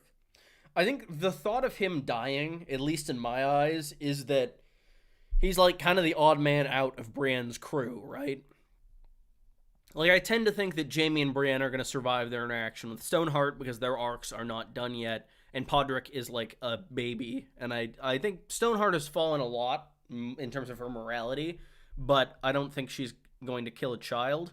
Albeit, I guess she did already kill Pattaya Pimple, but that was a Frey child, and Podrick is, I guess he is related to Ilyn Payne, so maybe she does kill Podrick, but... Yeah, no, I don't think it's beyond her to kill a child. Yeah, that's... I've talked myself out of that one. Because, Catelyn Stark is the root of all evil. I'm not saying that Hyle Hunt, like, won't die, because he's not super necessary for the story, but I guess the idea is, this theory is alive. It is true. It is factually correct. It would be weird if he just gets hanged and like that's it, and it's like, okay, thanks for that. Thanks, Hyle, for coming along in the story and doing nothing. Yeah, I think it's S because it's correct, right? Well, I mean, but S is like special theory. Yeah, this is like it's A. This is just a fact. This is like saying Tyrion's alive. This is like saying Tyrion doesn't have a nose. Yeah. Why did we even humor this far? Okay, what's next? Sorry, chat. I'm being a bit slow and sluggish today. It's boiling hot. Yeah, I am also burning up because I can't have my AC on while I'm just recording. AC, that sounds fun. Atlantic City. Imagine having a nation full of ACs. Yeah. The perks of being a young nation. Our houses were not designed for that. We don't have it here. Yes, what's next? Oh, it's picking one. Okay, I'm gonna ignore Lemongate just to annoy people. Jon non-POV. Can I guess what this is? Yeah, this is an idea I've talked about a lot. I want to hear your 2 cents. So I guess this is the idea that in the Winds of Winter, we won't have Jon as a POV. Correct. He will return. He will be resurrected, but we won't actually see inside his head. He will just be a different individual post-resurrection, and it'll be kind of creepy and scary, and it'll be more ruthless and wolfish than before, and we're going to see him through the eyes of everyone else. And is your theory that that's just for Winds, and then in Dream we go back to him? My theory is that... So, it ties into a lot of things. I think that, well, one, the precedent is, like, Catelyn Stark, who dies, comes back, and is not a viewpoint character because she's not really herself. There's also the kind of added layer of Martin not liking to have, like, the viewpoints of super high-up leaders. None of the kings of the War of the Five Kings are viewpoints. And I think that Jon might be a pretty important political player going forward, and it could be more interesting to be outside of his head and just kind of be getting things... from a different perspective than his own and guessing at his thoughts and his motivations and whatnot. And I also think that Jon 2 and Sam 1 are a little bit of foreshadowing in that, like, it's the only chapter in the series that straight up repeats over a perspective, like, word for word. and it could be getting us used to the idea of seeing Jon without being in Jon's head. But my thought is he could return for a chapter or two at the end of A Dream of Spring once this conflict is sort of settled and he's no longer as politically relevant at that point. So I think it's that I have grown on this idea a lot of late. I don't think I agree with it. I think we are going to get a Jon POV. Mm-hmm. I mean, I hope I'm wrong. I love Jon chapters, but I also think this would be super cool.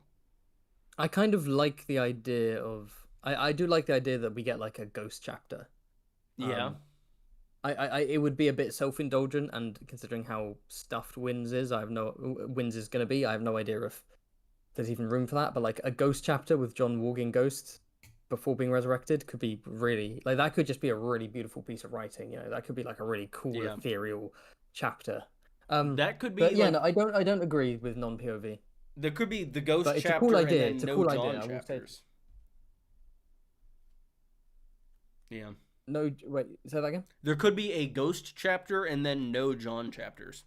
Ooh, interesting. Or only ghost chapters, where like over time he begins to like walk on his hind legs and he starts speaking and he like slowly Jon becomes an anthropomorphized wolf. It's like Animal Farm. Yeah, that's a good idea. Let's go. Yeah, right. I think so. Personally, I'd put this in S because I think it's great. But this system is so fucked. Because it is a great theory, but I don't think it's gonna happen. Okay, but maybe then we what put does it. That mean? B is looking pretty empty. Yeah, let's just put it in B. Just no one take any of this seriously. Yeah, no, this is all arbitrary. Next time there will be a more coherent ranking system. Okay. Yes. So getting back to chat a little bit, Pioneer 10, thank you very much. I don't think this is something we necessarily have to rank. It's more just his thoughts on something that we can also discuss. I need to intervene on moral reasons. While I do think Quentyn Martell is alive, I also think the odds of him dying are much higher than Hyle Hunt dying. So yeah, I do think Quentyn is dead. I agree that Quentyn is dead. Yeah, I had a video on that recently, in that, like, I think that the theory very correctly points out that Martin has built a trapdoor in case he needs Quentyn alive, but I don't think he needs Quentyn alive. I don't think he needs Quentyn full stop, but we've had this discussion so many times. Yeah. So and I'm too next hot one, and bothered. Next one is an interesting idea I've seen thrown around a fair bit.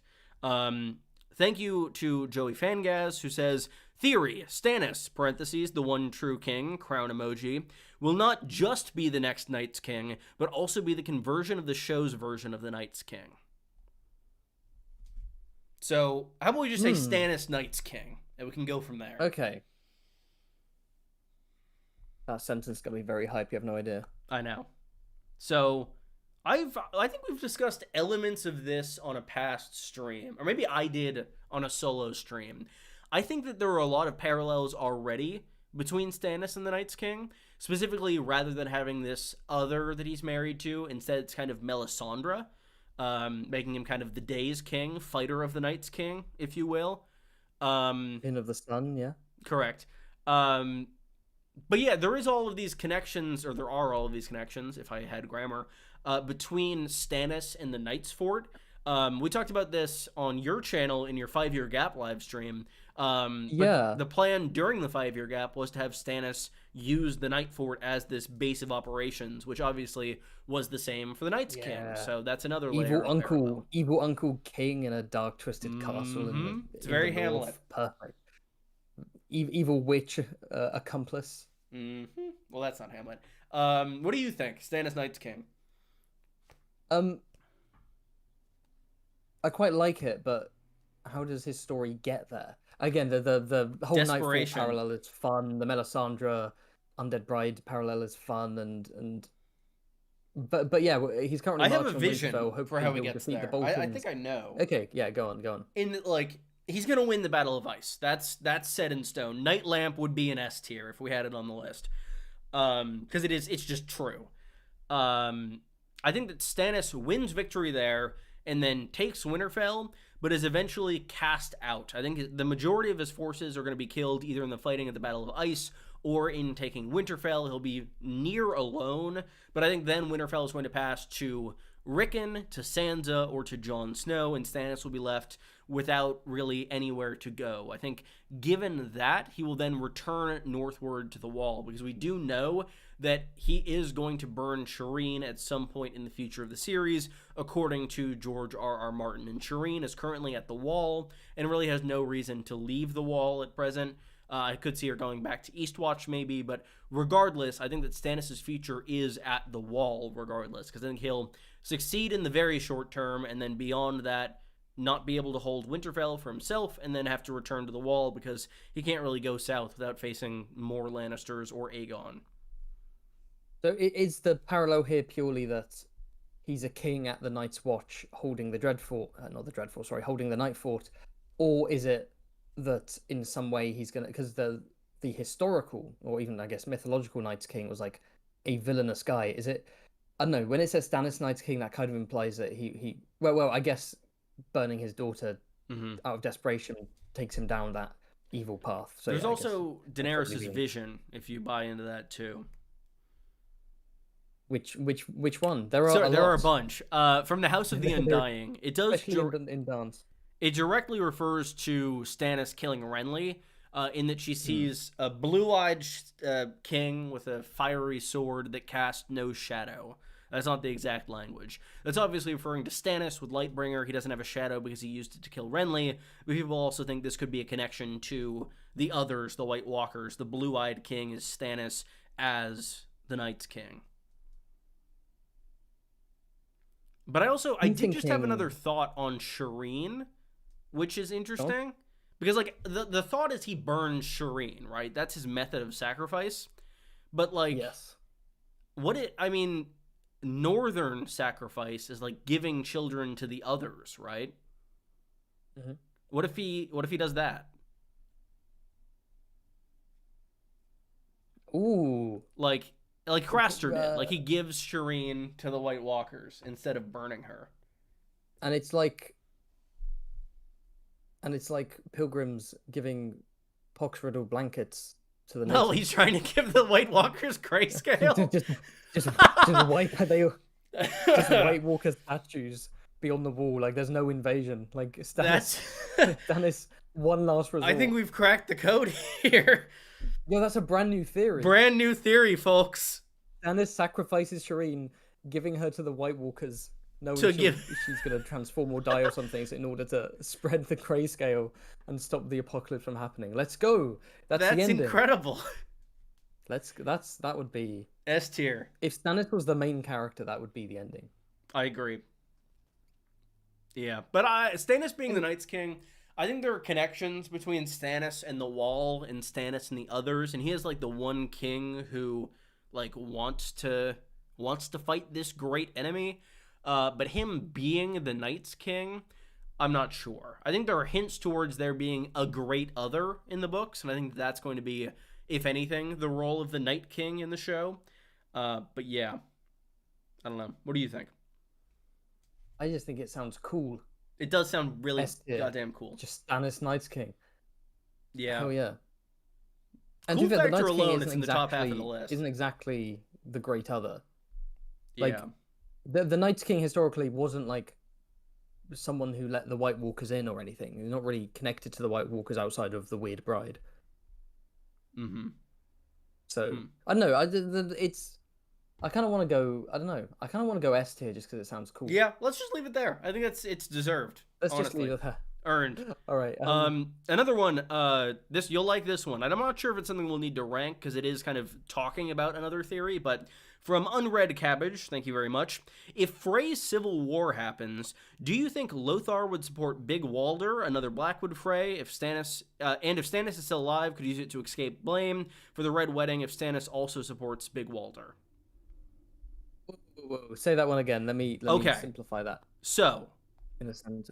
Super Chat is asking, do you think Lothar Frey would support Big Walder if Big Walder were to try to take the twins, if Stannis also supported Big Walder as a way to like get out of culpability for the Red Wedding? Oh, this isn't a theory, this is just a question. Okay. Yes. Ooh, I think that's a really fun idea, actually. Is he I don't above think Lothar in succession? he is below Lothar in succession. Lothar's actually his uncle, like his full-blooded uncle. Hmm. So I don't know why he would Because Lothar is support his from the nephew Blackwood over branch. himself, unless the nephew had Stannis' backing. Huh. Well, I guess so. In theory, I like this because if Stannis is basically, oh well, no, I guess an extended version of this theory is Stannis backs Yeah. Which Big I do think Water is and says you're cool. now the Lord, and you're going to be married to Edwin Frey's daughter, who is technically, you know, currently the second in line now that Ryman and Severon are You've dead, brushed up right? since And your so Glidus quiz. exactly. Yeah, I'm getting the names right as well. God damn, it's embarrassing. Anyway, so it could be that Stannis goes, you're a Frey here. I'm gonna make you in charge of the twins. You're gonna be my puppet, and you're gonna marry the second in line, who's a young girl. You're a young boy. You can hook up, and boom, through her, you have a claim to the twins. And then Lothar would be like, yes, I will remain as a steward. In fact, I will be the regent of the twins because they're children, and I'll be loyal to you, Stannis, as long as you give me the power to be the basically regent, and also you forgive me for the Red Wedding. Yes, that is from what we know of Lothar. Yeah, that tracks. That is something he'd probably do. The only issue is Stannis going to get to the point where he's marching on the twins with a puppet lord, Frey? Unfortunately, not. I Yeah, don't think probably his not. story's leaving the North at all. But it's a great concept. It's a great concept. Yeah. You I would excited agree. me with the phrase. Yeah, sorry about that. I know that's a very exciting thing for you. Um, we also have another one that will be added to the list because I think it's more concrete. From Eman TGE, thank you very much. Bran will rule from Harrenhal (parentheses Isle of Faces) after King's Landing is destroyed. It's connected to the old gods, and Bran is also part Went through Cat. That's kind of fire, honestly. So we're not getting King Bran the Broken, we're getting Lord Bran of Harrenhal. I think he's saying he's going to rule as king from Harrenhal. Oh, from Harrenhal. Yeah. Um. Oh, in the sense that King's Landing will basically be A pile of completely ash. destroyed. Wait. Hold on a sec. That in the season 8 finale, when they form that council, where is that meant to be? Yeah, you're right. That table is in the Tower of the Hand, which collapsed. Yeah, what? That's awesome. Where is I that never meeting put taking that place? together. It's been years, and not once have I actually considered that them having a council meeting in what looks clearly like the Red Keep doesn't make any sense because the Red Keep's been fucking destroyed. Where are they? Where That was are actually they? like 10 years later, and they rebuilt it. But Bran at Harrenhal, I don't mind that idea at all. Like, it's kind of the idea of Bran is like the Fisher King from King Arthur. And I think that having this supernatural element connected to it, ruling from a weirwood throne on the Isle of Faces, is really kind of cool and really seems like something Martin would do. I really like it. I've never really thought about it before, but I think it's perfect. Assuming King's Landing gets destroyed, Yeah. where's the new capital? Harrenhal, right? You've got the what's it in the God's Eye Lake? Yeah. What's the isle on that one called? Isle of Faces. Yes. The Green Men. You've got especially Hot D really like diving into the kind of the weird magical, earthy, pagan feeling background of Harrenhal. Yeah, I think that works perfectly. I agree. I honestly, like that. I've never heard that idea before, and I think it's an S tier. Honestly, for me, I think it's S tier. Like I can imagine him ruling from like a weirwood throne. I know, and like foreshadowed by Sweet Robin. Like that's I'm a fan. Let's honestly, go. That was really great. King Bran. Do you want to pull up the next one again? I have to. Sorry, my cat is being weird. I don't want to check on him. Okay. What's a fun one to do here? Rickon stays on Skagos. Okay, so I guess the idea behind this one is that Davos is going to go to Skagos. I've got bars for days, and be like, "Hey, Rickon, come back. Manderley wants to make you Lord Stark and also kind of his puppet." And then Rickon goes, "Nah, I'm staying. I'm having fun riding Skagosi unicorns and eating the flesh of my fellow man." And Davos is like, "Okay, bye," and then leaves. Or gets eaten himself. But either way, the idea is that Rickon just doesn't doesn't enter the story again. He's just chilling with his cannibals. Um, I'm gonna the odds of this happening. I'm gonna say low because just what's the point? What's the point in having an entire Stark sibling with his own little subplot that doesn't go anywhere? And before anyone in the chat, any motherfucker says anything about his direwolf is called Shaggy Dog, therefore it's a Shaggy Dog story. So therefore it's no. I refuse to accept. You can't just name a character's pet after a literary device and then unsatisfyingly use that literary device and justify it by saying, well, that's what his pet's called. So his goose is called Wild Goose Chase, so therefore his storyline's pointless.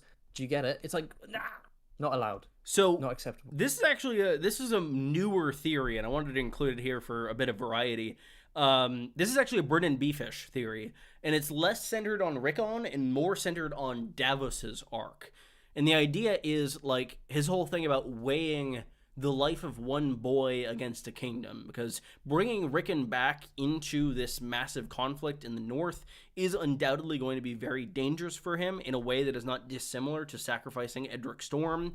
So the thought is that maybe Davos is going to intentionally fail his mission and leave Rickon there in order to spare Rickon from all of these massive conflicts going on. Yeah, but again, what's the point? Yeah, what's the point? It's also, my biggest issue with it is, like, Davos's story writ large, because, like, he vanishes, like, less than 30 chapters into Dance, and we have no idea what's going on with him, and if he failed this mission, he'd probably already be back and doing things. So yeah. Tell you what, a lot of fans and theorists treat the book sometimes like Fire and Blood, which is to say, when they're theorizing, they're coming up with things that could happen because you didn't think about it, or it sounds kind of cool, and it's something that could happen within the grand history of Westeros, right? But there's no sense of, yes, but why? Like, what's the point? What is it? Or what's the purpose? Like, I think Rickon needs to serve some kind of purpose. Or it could be that George just added him because he was like, I'm going to have another Stark. Originally, he planned time skips that would last decades, so there'd just be like another Stark adult, and then he can do different things without gardening, right? Mm-hmm. Yeah, I would say... Excuse me. Yeah. No, go ahead. And now he doesn't know. And now he doesn't know what to do with him because he's like, oh shit, I've now got Rickon, and there's no time jump, and now he's on a cannibal island. Yeah, I don't know what to do. I'm being honest. If I was Right. George, I wouldn't actually know what to do with Rickon because he's just kind of in the way. But killing him off or leaving him alone just feels really pointless. Mm-hmm. I don't know. Yeah, I would say like C or D for me.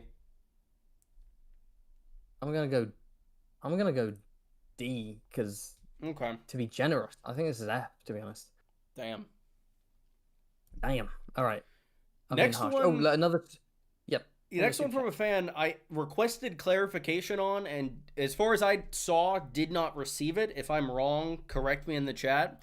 Thank you, Bad Lethal Clips, who says Renifer Longwaters equals king through 2 female lines. Ooh.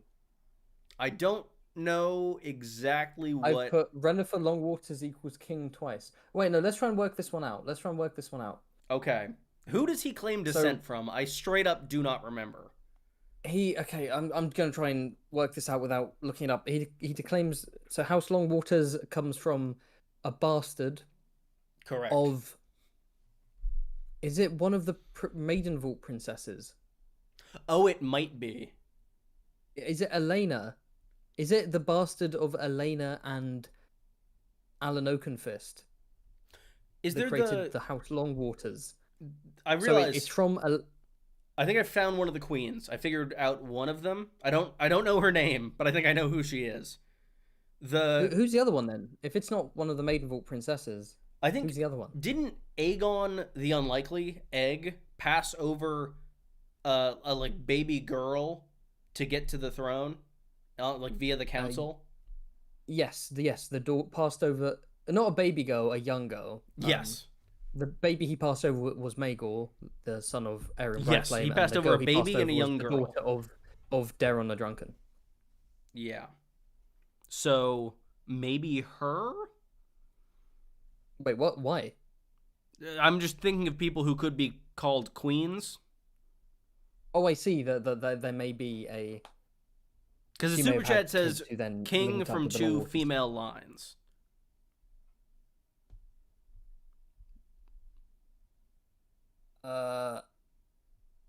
Yeah, I don't. Oh, sorry, this guy. I The guy just. I don't know. I don't know. He put something in the chat. He said Rhaenys and Elena.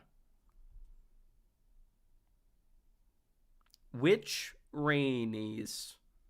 Oh, Rhaenys is in the wife of Corlys, but that doesn't. This is based on the idea that Alan Oakenfist is the bastard son of Laenor and not of Corlys.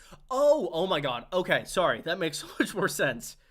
Yes. Okay, I see it. I was gonna say I keep forgetting that because in my head it's. I think probably because of Hot D's influence, it's like obviously Corlys. Yeah. But also the dragon riding makes more sense if it is Laenor. But also like, I mean, I heard Rhaenys, and my thought was like the toddler, and like they were saying that maybe she secretly survived and was the mother of this old man.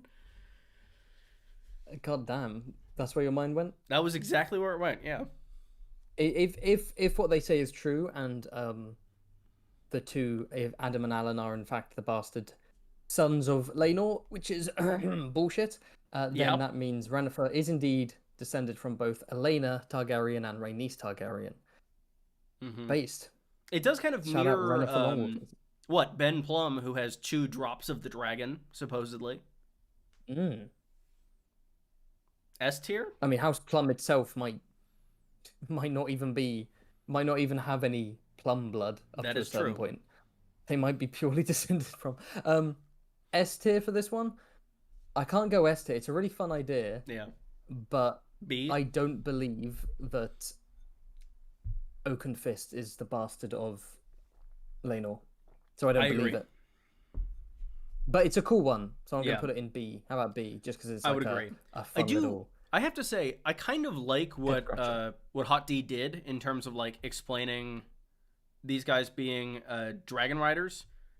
In that what he probably like is similar to Laenor. Like Sea Smoke was the dragon of Laenor, and then this is Laenor's half brother. So maybe there's some bond there. That makes sense. To me, and I like it. Also, like Dragonstone, Driftmark are close to each other. Dragon seeds, you could just say that their mother's a dragon seed. Yeah, also true. Yeah, and also like there's the whole thing with Alan in the show shaving his head to hide Valyrian hair, which I quite like. But also that could be Corlys. Yeah. So, let me see. Do we want to do another chat one or another predetermined one, or do you have any you want to throw out? We're running low on the predetermined ones. How many chat ones are there? Let's keep alternating. Okay. Wait, if we're alternating, then let me choose one. Yes. All right, let's crack out this bad boy. So the HS equals HR, Yes. which I believe is the I've High never Sparrow discussed is this one. Howland Reed. I've never discussed it either because why would I waste my time? Why would I waste It's my obviously true. Yeah, we don't even need to talk about precious it. time on its earth? So, I guess I mean I haven't really looked into this super deeply, but let me try and work it out. So the High Sparrow is an old little man who's causing all kind of mischief and strife in King's Landing, and he's actually Howland Reed, who has not been in the story because Howland Reed is also small, and we haven't seen him. And if we haven't met a character who's been mentioned before, he is secretly disguised as another character every time. So, to what end is he? I guess he's trying to destabilize the crown to benefit the North.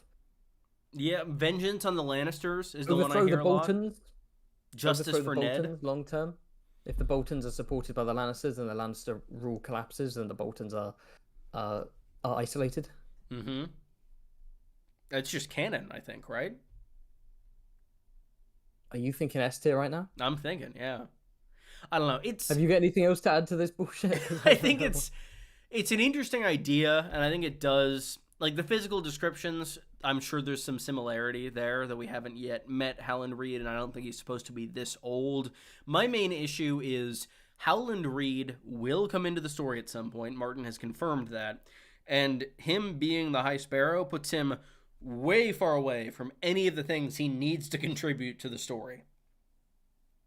Like, his importance comes from knowing about the Tower of Joy and all of that, and maybe having Robb's will if certain theories are to be believed. Yeah, he will be revealed when he needs to be revealed, and I don't think it will be as the head of the faith. Also, it's just the whole everyone is a secret something and everything is a conspiracy. It sometimes does just take away from the fact that the mighty. Hold on, I'm gonna cook here. Like the mighty stone wheel of history continues to roll and trample everything under it, and the faith militant have risen up just because of the geopolitical and cultural circumstances caused by the War of the Five Kings. And like that's way more interesting than it's all actually a conspiracy. It's like sometimes things just happening because that's where society's going, and that's how individuals have acted. It's way more interesting than everything being tied together in some ridiculous, overcomplicated plan. Agreed. And I think for that reason, F tier for me. I'm looking up the High Sparrow right now. According to the wiki, he ties his thin hair in a knot behind his head. Did you know he had a top knot? I didn't, actually. I think I assumed... I just picture exactly the guy from the show, because he killed it. Yeah, he's got a beard. He's described as having a beard. Really? That was the thing. I was rereading Brienne's first chapter, and I always forget we meet him from her perspective first. Oh shit, do we? Yeah, in her first chapter, he's just like wandering the Riverlands like she is. The wiki says he has a. I haven't even drawn him with a beard. Like Have I've you drawn his him? character. I haven't drawn him with a beard. How did I miss that? Wow. Huh. Is there any art of him with a beard? Shit. It's like the opposite of Sparrow? Ario Hota, who doesn't have a beard, and all of the art has him with a beard. It's described as a short beard, and like I'm looking at the images, and there's the Myco picture where he's just got a massive fucking beard and a penis nose. What the hell is that? Let's see. Oh, and he's short, and he's shorter than Cersei. He's a short king. Yeah, that's true. Let's go. Absolute legend. All right, moving on. Okay. Want to do a super chat? Yeah, an interesting one that I actually have. I've always liked this idea. From Mr. Aptoid Gamer 3, thank you very much. Maegor is an undead wight brought back from the dead by Visenya. If that's true, what does that imply about Maegor's kids? So what are Maegor's kids, bastards or something darker? So Maegor didn't have any kids. All of them were monstrosities, and that could tie into him being undead and not being able to do that, which could tie into Jon's future in the story. But what do you think of the idea of, like, so Maegor super injured and is comatose for a month after his trial of 7, and then his mom brings in this witch, and they both supposedly heal him and work these spells over him, and then he wakes up and he's fine, but he's crazy now because he wasn't that mad before, going under. But what do you think about him being undead? I think that Maegor, undead white. Maegor either has to be a dark magic test tube baby, or he's normal, but then he was resurrected by his crazy mother. I think having both is too much for me. I would agree. I tend to prefer the latter. I think it fits better with the story as we have it. I actually don't. I actually prefer him being a weird magic. Really? Yeah, like I not a test tube baby, as in like insane, like in some way, Aegon the Conqueror is involved in the process, but it is kind of, it's he's got low fertility and she does some dark magic to make so that she gets pregnant, but it kind of makes him kind of fucked up, etc. I do prefer, the whole he gets him being full on resurrected after. I don't know. Or maybe even less resurrected and more like whatever's going to happen to Jon Snow, because I think they're in kind of similar states, being very injured and probably comatose for a long time. All right, wait, what's going to happen to Jon Snow? He's going to get resurrected. Well, yes, but I mean, a lot of people, at least in my comments, tend to think that Jon Snow's not really 110% dead. Like, oh, right. He's like just bleeding out in the snow, his wounds freeze, he's comatose. Which makes sense to me. Like, I have a video from a month or so ago picturing that Jon's resurrection is going to mirror Drogo's, but it'll work because the animal that is killed to bring him back to life is Ghost, which is where his soul is currently residing. No. Sure, that's kind of cool. Yeah, right? Maegor, I think, could be a similar situation. Albeit I don't know what animal his soul would be in. I don't know. I guess I don't care much for... Wait, why did I spell it that way? I don't care much. I was going to say, you did add an extra O to Maegor. Yeah. Maegor. I don't care much for him as a character. He's a bit boring. Agreed. I think kind of explaining the whole he's even more evil than before because of I'm just not a fan of that. I'm not a I don't know. Yeah. With that said, I don't find it very interesting. Of all I think it's Targaryen... meant to mirror. I think it's more supposed to. Sorry for interrupting. I think it's more supposed to mirror Henry VIII, who was already a bit of a bastard, but then had a jousting, an infamous jousting match where he really hurt his head, and from there he apparently became even more like angry and temperamental and ruthless. And people often say that like later stage Henry VIII was sort of had brain damage, and that's sort of why he was a bit more kind of psycho. And I feel like that's kind of what George was going for with Maegor. He was kind of doing an over the top version of that. Yeah, as he tends to do with historical events. I like this idea somewhat. I think it's got some merit. I would say C tier for me, kind of middle, because we don't really know either way, because it is an account and history book. But I do like it. I'm up for that. And then we still have a few, so maybe we do one more fan one, or actually maybe a couple, because this one's less a theory, and it's also something I don't super know about. Thank you to Simric again, who asks, who finishes first, Martin or Rothfuss, for the last book in their series? I don't know anything about Rothfuss. I've not read him. What about you? I've not read him. I've heard his books are awesome. I heard that the unfinished trilogy is called the King Killer Chronicles, which is interesting because there hasn't been a single king or death of a king, and people are like, what does that even mean? I have his books. I do want to read them. By all accounts, the fans of that trilogy, or rather, unfinished trilogy, would trade Rothfuss with George R. R. Martin in a heartbeat. Apparently, he's just a massive prick. Yeah. Who would finish first? I mean, just based on their ages, I think Rothfuss is more likely, but I don't know, man. I mean, in terms of George finishing wins, we've got one last theory that we will talk about at the end, right? Yeah. Quinn, about Comic-Con. We'll see. We'll get to that. Yeah, but yeah, I don't want to debate who's gonna live. Yeah, that's. But moving from there, from Pioneer 10, thank you very much. Not a theory. My boy. What? No, he's just my boy. He's one of my patrons. Oh, that's great. Thank you, Pioneer. Not a theory, but have you ever noticed that George R. R. Martin has a similar title scheme in a decent percentage of his works? The word song or song of appears a lot. Song for Leah, Song of Stars and Shadows, Songs of Love and Death, etc. Yeah, that's definitely the case. He does very much have trends there. And also, like, his trends have kind of become industry trends. Like, all the random kind of BS these days is like a blank of blank and blank, right? That's him. A glass court of ravens, roses, and hot elves and rectums. Yeah. The Chronicle of Crows and Crowns, shit like that. Like, it's just like fantasy name generator. I've often said this. Fantasy books either have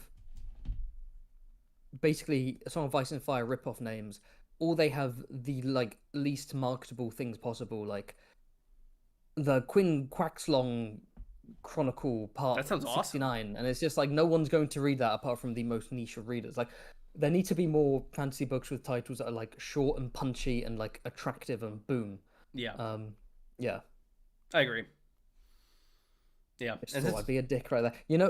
Yeah, I haven't read any of George's other works outside of A Song of Ice and Fire, actually. I do really want to. I've read some. That could be quite fun. I read Fever Dream for the Euron video, which I thought was good.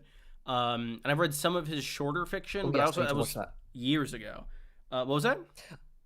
I need to watch the Euron one that popped up for me. Yeah.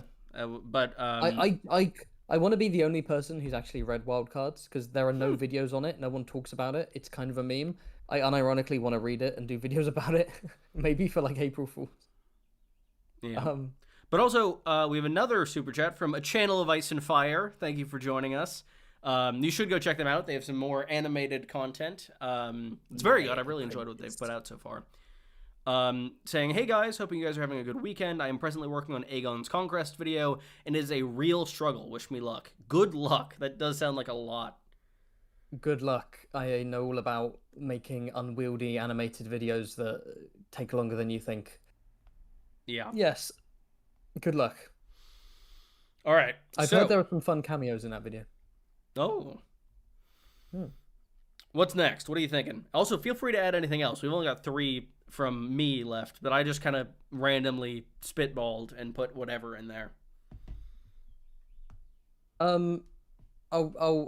My brain is genuinely too swollen in my skull with this heat. I'm very tired. I will go through what we have. If I think of a new fun one, I'll add it. But Okay, no pressure either way. We also have enough from chat, and I assume we're reaching near the conclusion. We're not done yet. Don't hop off. We've got a few from chat, yeah. Yeah. But we didn't. Yeah, George likes the word song. He does. He likes the word. And honestly, song. I was thinking about this today, like on my walk back from the gym, that like I kind of wish there were more songs in the series. You don't fucking go to the gym. Every other day. There's one like right next to my house. It's great. Damn. But no, it's I love like the songs in like Tolkien's work, and I wish there were more in Ice and Fire. Quinn looking like the mountain in season 4. Yeah, because Bran is warging me. But yeah, let's. He did a short story called Meat House Man. Again, it's either has the word song in it, or it's alliteration because he loves alliteration. Or man, there's the pear-shaped man, right? Is that him? Yeah. He likes blood too. The amount of like bloodworm, blood mages, blood this and that. You just put the word blood in front of something. It's fun. Yeah, he does have his patterns. Didn't he write Meat House Man after a breakup? And it's just like a really weird short story that's like slightly incelly. I hadn't heard that and hadn't read it, so maybe I'll have to. Yeah, it's like a dark sci-fi short story on this weird industrial planet where like there's basically a brothel full of like undead corpses essentially. What? And the story's just like a guy who's been broken up with, basically just going there and using what it offers and being depressed. And George wrote that sounds like Tyrion's. That's Tyrion 6 to Dance with Dragons, right? I feel like there's a weird trend of heartbroken characters just having really weird sexual urges and desires. Yeah. Let's see. What else we got? Anyway, yes. Yeah. Lemongate. Should we get Lemongate out of the way? Sure. I don't know why I put that on there. I don't know a ton about Lemongate. That's the idea that I'm not gonna lie, controversial. I'm just kind of bored with Lemongate. I feel like it's talked about so much. There was a very good Crusader Chris video on it recently. I think it does a good job summarizing things. Wait, can we replace it with something else? Because I do think it's a bit. Go ahead. Okay. Orange Gate. Okay, so basically, Orange Gate is the theory that it's a reference to the Tullys, obviously, because they're ginger. The idea, and it's gate as in like controversy. Sure. So the idea behind this, the Orange Gate controversy, is that. Oh God, I'm trying to improv so badly here. I'm so tired.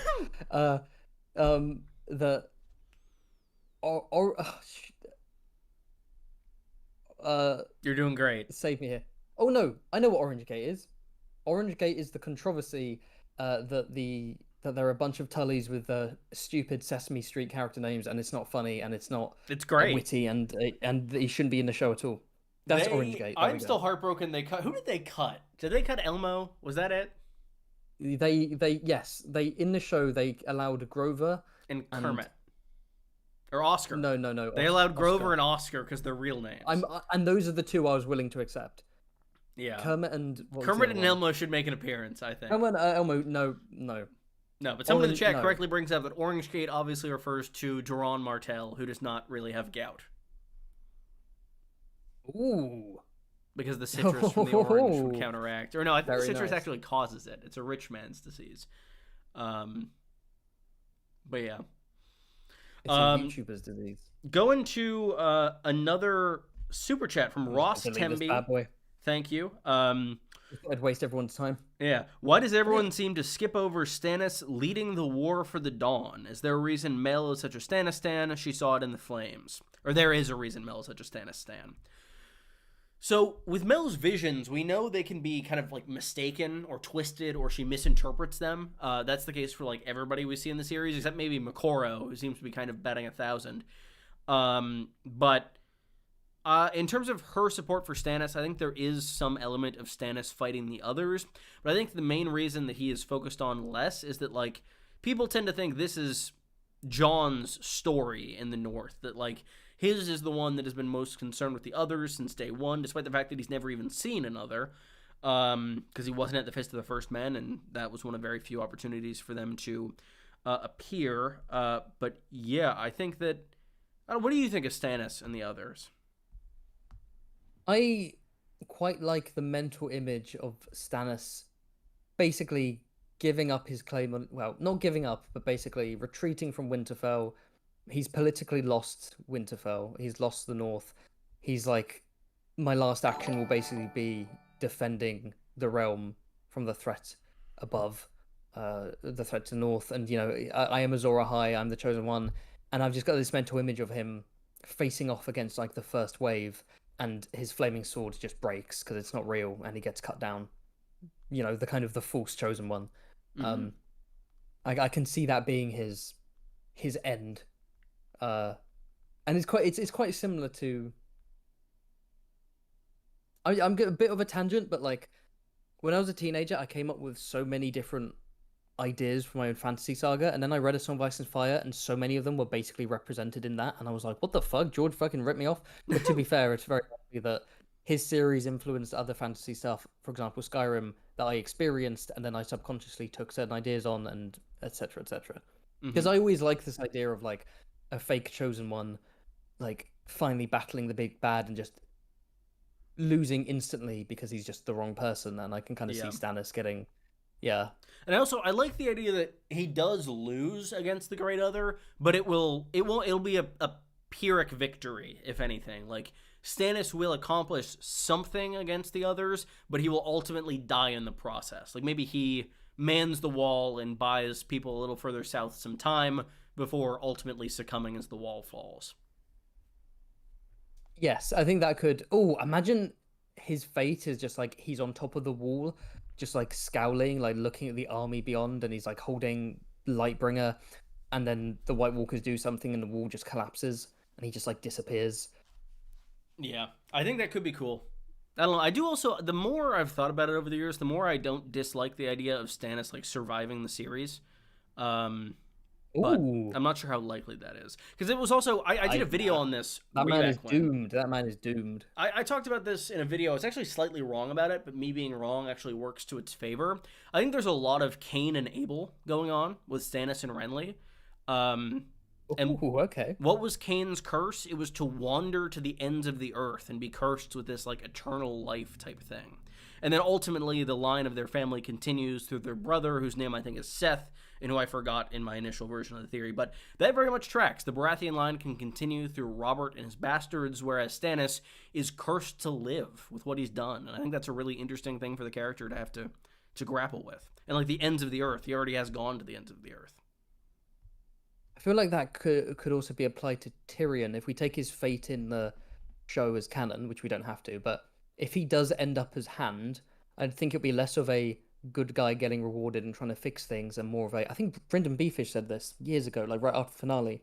He said he can imagine this scenario where Tyrion's basically forced to become Hand to basically make up for the damage he's caused the realm. That's a really cool by, idea. You know, being the evil imp on Daenerys' shoulder, where it's kind of like a burden. You know, this is what he's going to do for the rest of his days, fixing the mistakes he's made. Potentially as a mute, right? Like the famous tongueless Tyrion theory. Honestly, I kind of like... If that is the case, I feel like Tyrion being, like, gelded is more appropriate than him being mute. Damn, role, man. Right? I feel like... Oh, yeah, yes. Because, he'd be able to, like, still be himself regardless, but he couldn't really get, like, pleasure out of anything. People like the idea of Tyrion...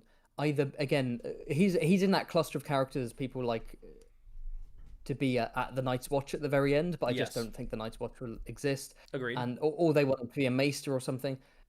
I kind of like the idea that he's basically serving that kind of role where he's like, like a castrated workhorse trying to fix the realm again. It's how do you justify that exactly? There's a lot of things. He's Martin's favorite, and I don't think Martin's gonna kill him. Yeah, no, Martin's not going to kill him. Yeah. But yeah, no, I think Stannis has an interesting role going forward. Let me see. What else we got? We have a few more here. From Unread Cabbage, thank you. This one might be wild, but Euron marries the undead Shireen, who gets burned and then resurrected as an ice white allied with Night's King Stannis. Let's go. That's a long walk. That fucking woke me up. Okay, hold on. Let me. Okay, run through it one more time, baby. Okay. From Unread Cabbage. This one might be wild. That is correct. But Euron marries an undead Shireen who gets burned, then resurrected as an Ice White, allied with Night's King Stannis. So, from the jump, when you say resurrected as an Ice White, that's like the zombies. That's not like people say Beric or Catelyn are Fire Whites. Those are still like, those appear to be people who like talk and have thoughts. Ice Whites are like living corpses that are like zombies typically, right? Yes. The Ice Whites are just like voiceless. Not the show kind of turned them into like shambling zombies. Yes. But they're not like ravenous zombies. They like, you know, they stand and they hold weapons and they fight. They're more like meat puppets basically. Yeah. So in terms of Euron marrying Shireen, I don't tend to think so, because like Euron wants to marry Daenerys, right? And we see him like promise marriage to Thalia Flowers as well in the Forsaken chapter. So it's a tool he uses for magic. Like Thalia is going to be this blood sacrifice, and he only wants Daenerys because of her dragons. And What? I was just going to say, imagine bagging a baddie like Thalia Flowers and then you ruin it by cutting out her tongue and putting her on a prow. What an idiot. Sorry, yeah. go on. No, but regardless, I don't know if Shireen brings anything that magical, like, other than if she is undead, sure, but I assume there are going to be other undead people. I discussed this in my very old, like, Who Will Marry Euron video from back when I was, like, student teaching, where I talk about Euron potentially marrying Melisandre, which I think is a distinct possibility. Yeah. I think that's a lot more likely than Shireen, because this image that Aeron gets in the Forsaken chapter of this woman with like pale flames about her, that's very similar to some... What was that? The flame represents Shireen's death by burning at the stake. It's Shireen. I just saw that you wrote that out, and Shireen is simultaneously going to be Stannis' Euron's child bride, and also a pox-covered blanket. She serves both roles. Euron is going to use her to wipe out the White Walkers. He's actually a good guy. Can we put this one in F real quick? Yes. Yeah, I mean, Melisandre, people often like write it off because, oh, she's red. She's the red woman. These flames are described as pale. It's not her. But her fire is described as pale several times. So I think that's more likely than maybe some people give it credit for. Euron, I still can't work out whether Euron's going to be with Melisandre or Cersei. I lean Cersei. Cersei would be fun in terms of just like a villain power couple, and also the show, you know, went that direction. But it also does feel kind of random. Yeah, absolutely. But Melisandre's also pretty random as well. Like, but also like I don't know.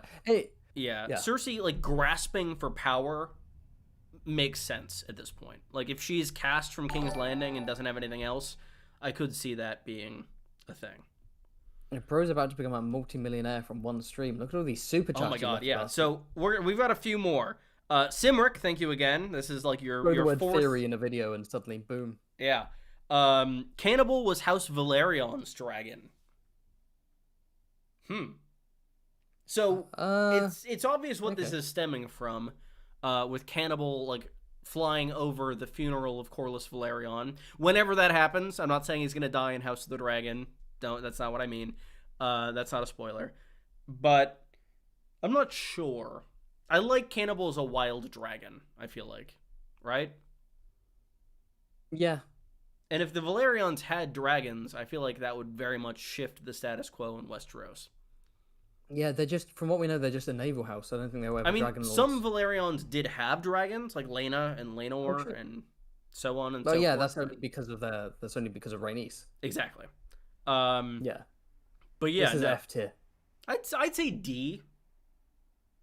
It's not as bad as D some of the for ones in it. cannibal being a. I mean, yeah, you're right. And there Actually, is it's not that like connection offensively- via the It's not funeral. offensively dumb. No, of course Yeah. not. There we go. If you can see that poking over the. Maybe it might just chat. peek over there. Let's see. After that, this is less of a theory, more of something pointed out by Amon TGE. Thank you again. That Arya and Sansa's secret identities put together spell Catelyn, Cat plus Elaine. Very nice. Yeah, that's very Catelyn. fun. That's cool. And I'm going to go a little out of order here. That's actually the one that we just received, but it is also about Sansa. Do you think Sansa will ever warg? From Jack Bourbon. Thank you very much. I love the idea of her warging a bird, like a little bird / Aaron Eagle / Baelish Mockingbird. That's a really fun idea. I think that's a theory I did on the Interesting Nerd Club channel. We did a really? stream where I was trying to guess a theory, and I think the theory I think was that Sansa was going to basically be thrown out the moon door, but just before she dies, she walks into a bird and she becomes like a free bird sailing through it's a transition from the caged bird and puppet of everyone to just kind of being free to fly around the world. That's quite interesting. I don't know about that, but there is a lot of association between like birds and spy masters. So like, yes, that could be something. And we know that all of the Stark kids seem to have these like warging abilities in the books, but Sansa's aren't really developed because Lady dies like instantly. Yeah, I don't know. It's a cool idea. What do you think? I really like it, and I hope it happens. Same. Because the only reason she doesn't warg is because Lady's dead, and the reason why Lady, the direwolf, is dead is because originally Sansa's character was going to go down an arc of basically being pro-Lannister. Being a Lannister, effectively. And then he changed that, and so the symbolism of her being the only Stark child to lose a direwolf doesn't really work as well. So it's like, again, maybe she doesn't warg and she's purely just the non-magical schemer, which itself is cool, right? She's not relying on magic. Yeah. But it could be fun. I think it'll be cool. Yeah, lots of bird imagery surrounding Good her, point from Ross Temby in the chat that Sansa has a lot of association with bats as well via her mother's house, and she thinks of like bats fluttering in her stomach or something. I think that does happen, and I'm not getting mixed up with the fanfic, but I think that also happens in the main series. And she's also said to like turn into a bat after the Purple Wedding, which ties into the Wents, I think, right? Loston, Yes. Went, I forget which. Yes. Went. I think they're Wents. Lostons and Wents both have bat sigils. Do you see the one thing, the Walter Went thing? I made that joke ages ago in one of my CK3 Game of Thrones videos. Oh, really? Where I went through every house in the Riverlands. I opened up, because it's set during Robert's Rebellion, and I opened up Harrenhal and it's Lord Walter Went, and I said something like, I made some joke like, Jesse. Damn, I thought it was original. See. Let's see. So we have that. From Ross Temby. Wait, should we do? Yes. Wait. Sandra Walker Bird. Where are we putting this one? I'd say B.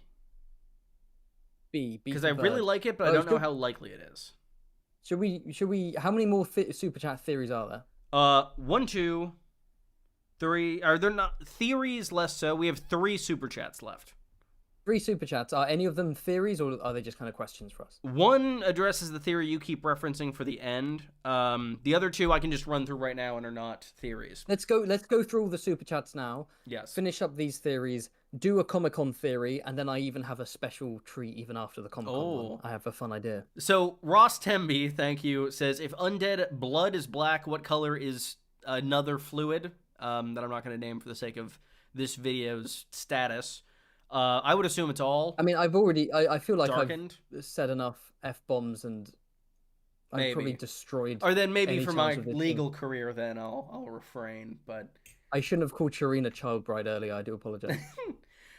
I will say this: I have never had, as much as YouTubers say that cussing during live streams messes up their monetization, I have never had a single live stream demonetized, and I swear all the time. So maybe it's my accent, that's but good. maybe it's not being picked up on. But I would say all of the fluid probably darkens. But beyond that, Yeah, we also go ahead. I think it's like I bet it looks like sour milk or like a month-old milk. Yeah. Just kind of like yellowy, viscous.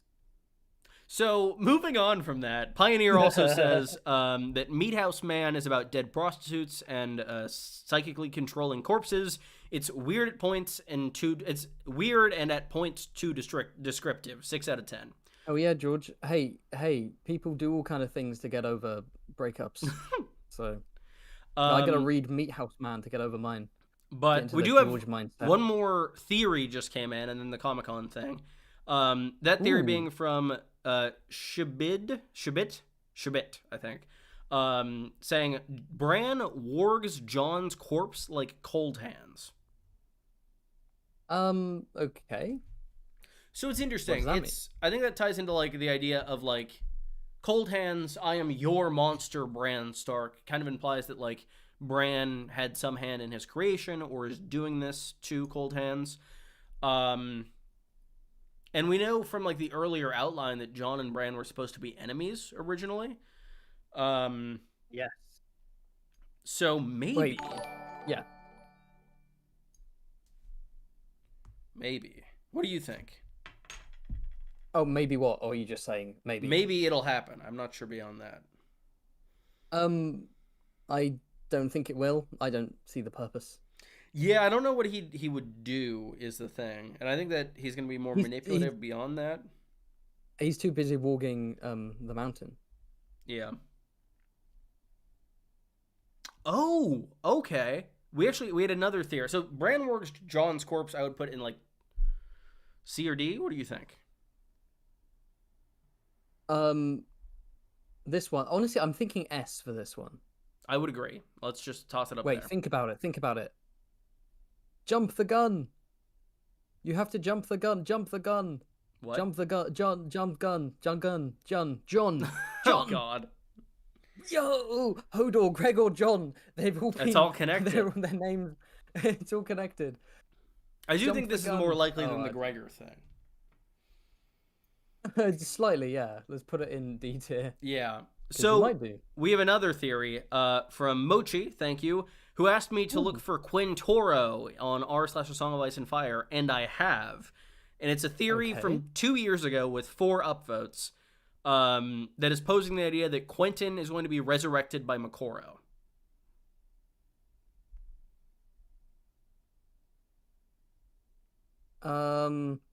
So if we're assuming there's not much to resurrect. Yeah, I was gonna say like a puddle. Like we know that Beric and Catelyn like keep their injuries from life in their resurrected state. I don't know how great a quality of life Quentin is gonna have without lips or eyes. It'd kind of be like a Metallica 1 situation, and I don't think that I'm not super. It's an interesting idea. I think Moqorro is going to do some. What if so magic. Quentin's all burned up, right? Mm-hmm. Yeah, like you said, no eyes, no lips, but he must scream. Just a charred, looking like Astrid in Skyrim after the sanctuary gets burnt down. He's just like a. What if Moqorro treats him like Victarion's hand? He just becomes like a burned face.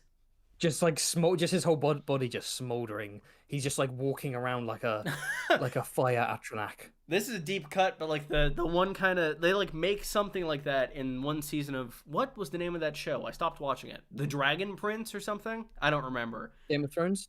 Yes, that was a good show for a while. I don't know. It's interesting. I do think that Moqorro is kind of a magical element of Daenerys' camp that really isn't considered much. Yeah.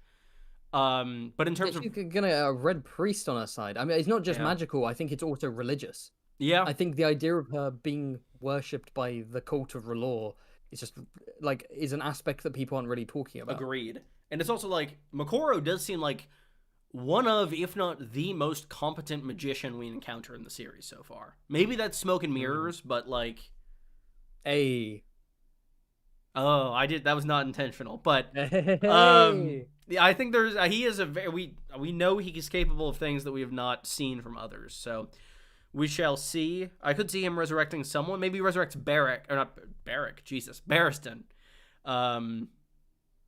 Yeah, I don't personally think that Quentin's coming back. Did we read the super chat by Gavin Copley? What was that? I'm just worried that did we read the super chat by Gavin Copley? Did we skip him? Under Ross Temby. I was saving that one for when we talked about. I see. Yes, my bad. Yes. Ross and Gavin. Why are all your followers like blokes down the pub? I don't know. They're all my best friends. 500 of my best friends are watching us right now. In that case, should we 500? Ooh, that's nice. Yeah. Yeah. Let's address that then. Oh wait, hold on. We have two other theories that we've just been ignoring. Yes. Should we, as in these? Let's rapid fire these ones. Yes. So, Septa Lemore is Ashara Dane. I have never cared for this theory. I brought it up. I listed it there because I don't like it. I would put it in D or F. Any theory involving Ashara Dane makes me want to jump off a tall tower in some icy cold water. Well, I mean, some theories about her in the past I can stomach. Oh, yeah. I just don't think she's everything alive. post-death. Yeah. Yeah, she is not Jon's mother. She's not alive, and she's not secretly anyone. Septa Lemore is... could be a secret person, but probably just an exiled Septa who is just, like, training Aegon in the arts of the faith. There's one theory that, like, she's training Aegon in, like, in the art of the bedroom. Some Kama Sutra shit, which is why she has stretch marks, because she's had his bastards. And, like, so that he can... As well as being a perfect monarch, he's like the perfect Are you serious? Lover. Did I make that up? I may have just made that up. I don't claim to have heard every theory, but that's insane. She's like his sex tutor. No, the theory that I posed in my Septa Lemore video was that we know that Daenerys came overseas with Willem Darry, her brother, and a bunch of loyal men, and a wet nurse, because she was an infant, who just drops off the map around the time when they are passed on to Ilyrio in Pentos. Yeah. So my thought is that these stretch marks make sense for someone who is a wet nurse. I think that Septa Lemore might have been Daenerys' wet nurse, and I think that would be an interesting little connection between the camps. According to the chat, I didn't come up with that. That is an existing theory. Oh my god. We need another book. I think I might... It's not. Hold on. The first part of the theory is the weirdest. The first part of the theory is fine. Like the idea of her having Aegon's bastards is what doesn't compute to me. Yeah, that feels like a recipe for disaster. Yeah. But I'd put Septa Lemore as a Chardonnay in like D. I just worked it out. It's not to make him a better lover, because that doesn't make any sense. Yes. It's to see that he's fertile, because he's the only hope they have. Boom. I don't know. They got a fertile MILF to smash and prove that we're moving on. He can be that he can be like Aegon the Unworthy, reborn, 900 kids. The Blackfyre name is safe. Let's go. I'd say just let's put this in D and move on. Okay. And then last theory I had here. On, what was that? Whereas Aegon was put it in D and move on. Aegon was putting the D in and moving on. Sure. Oh wait, and seeing as we've just hold on, Septa Lemore MILF theory. I think that's probably an F tier, but it still has to be recognized. Harry the Heir. Harry the Heir, yes.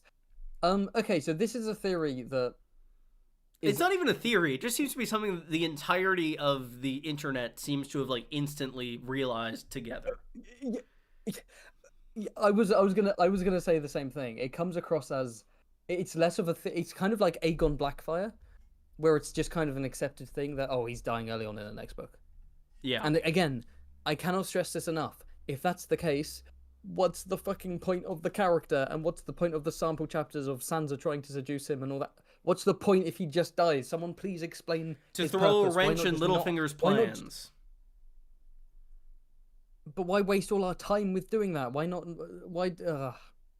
I don't know. I mean, it's only in one chapter so far. There really hasn't been that much time wasted, and I think that it could be good development for Sansa and for Sweet Robin.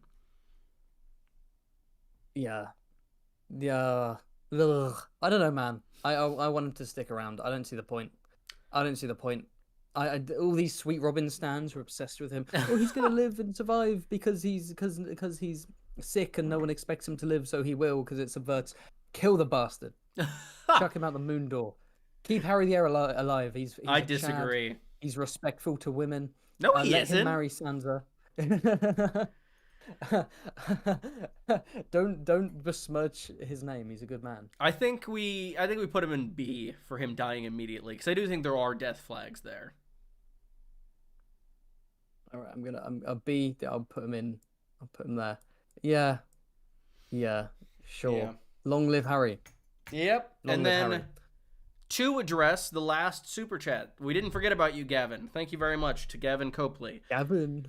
Between George's recent rant and the con announcement, if we do not get at least a progress update, my hope for wins are wins themselves. So, talking about my current thoughts on wins, I've avoided doing this because I don't want to start a wave of hype like I did last summer. I think that creates toxicity. My current view on the Winds of Winter is that we are not going to get any more progress updates on the Winds of Winter until it is being published. Because I think Martin said 1,100, 1,200 pages, 75%, regardless of whether 75% is actually like the proportion of the book he has done. That anything beyond that point, I think he is worried that it will be seen as like, oh, it's about to come out, and then he'll be viewed as like lying again, which he doesn't want to do because he's been burned by making predictions and being wrong in the past. And I don't think he wants to do that again because I think he's worried and he doesn't want to just be subjected to even more toxicity than he already has been. Yeah. What are your thoughts?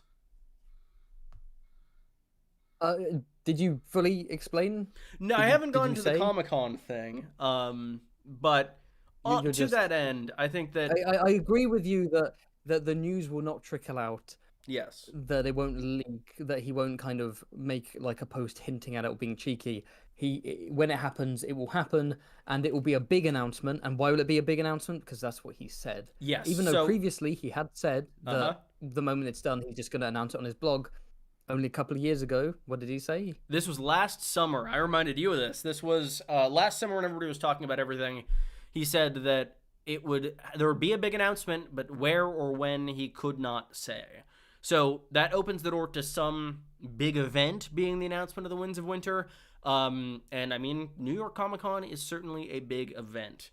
So that's my thought on it. My main thought is like, I've seen people say, oh, it's definitely happening. Oh, nothing is happening. I think neither of those things are true. The main thing I've seen, like, for nothing is happening is saying, like, oh, Martin has said in the past that he is definitely going to announce it on his blog first, whereas that is not true. He had said that in the past, but as of July, I think 9th of last year, he has said there will be, quote, a big announcement. And Martin is at this convention alone on his own as an author.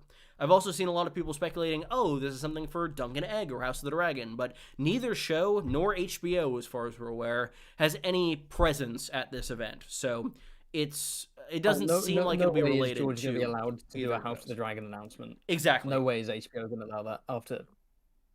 Yeah, and they have recently beefed, so I think that there's no chance that this has anything to do with HBO. So, unclear.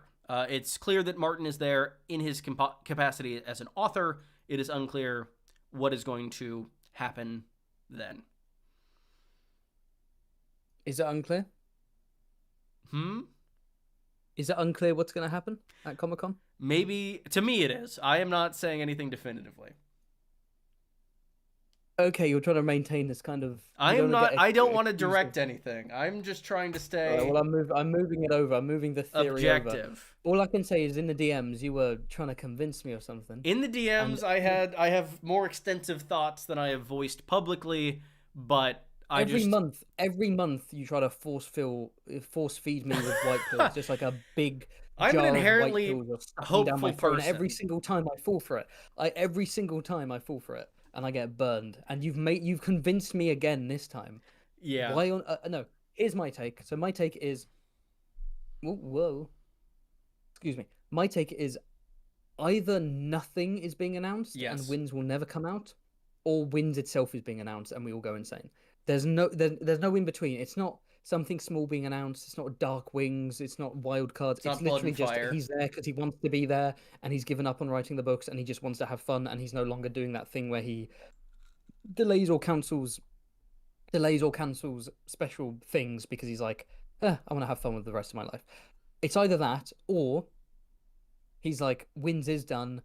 That's why he did the crash out blog post where he said he was determined, feeling determined, like I am going to get this done, etc., etc. And he will announce it. And this is the last chance, in my opinion, Comic-Con. I think I've said that it's been the last chance for like the You're last on your like 7th last chance. But yeah, my thinking but this is truly there is kind of an in between for me, at least. I think that if the Winds of Winter is announced at Comic-Con, which I'm not saying it's going to be, I think if it is, it will not be the Winds of Winter as Martin intended it. I think it's going to be more of A Dance with Dragons situation, or even like a Game of Thrones, a Clash of Kings, where he's just gotten to the point where he has enough material and has decided to save some of it for the future of the story, whatever that might take in terms of like shape. You're going to Comic-Con. I am. I will be there. I have a ticket already. I have also just applied for the like influencer stuff, so we'll see about that. But ooh, does that mean you get to meet Mr. Mr. Martinez himself? I don't know. I don't even know if I have it yet, so we shall see. Are you going to have him post a picture of you and your booty on his blog like he did with me in his Oxford blog? For those who don't know, his blog about Oxford. That's a picture of me. That's him signing my book. Those are my blue socks, my shorts, my booty. Are we going to see Quinn's butt? That's the hope. That's always been my dream. But BBL Quinny. Status Quo Post, who's always been a very loyal commenter in the chat, has said, "Split the book, save the mood," and I think that is my thought going into this.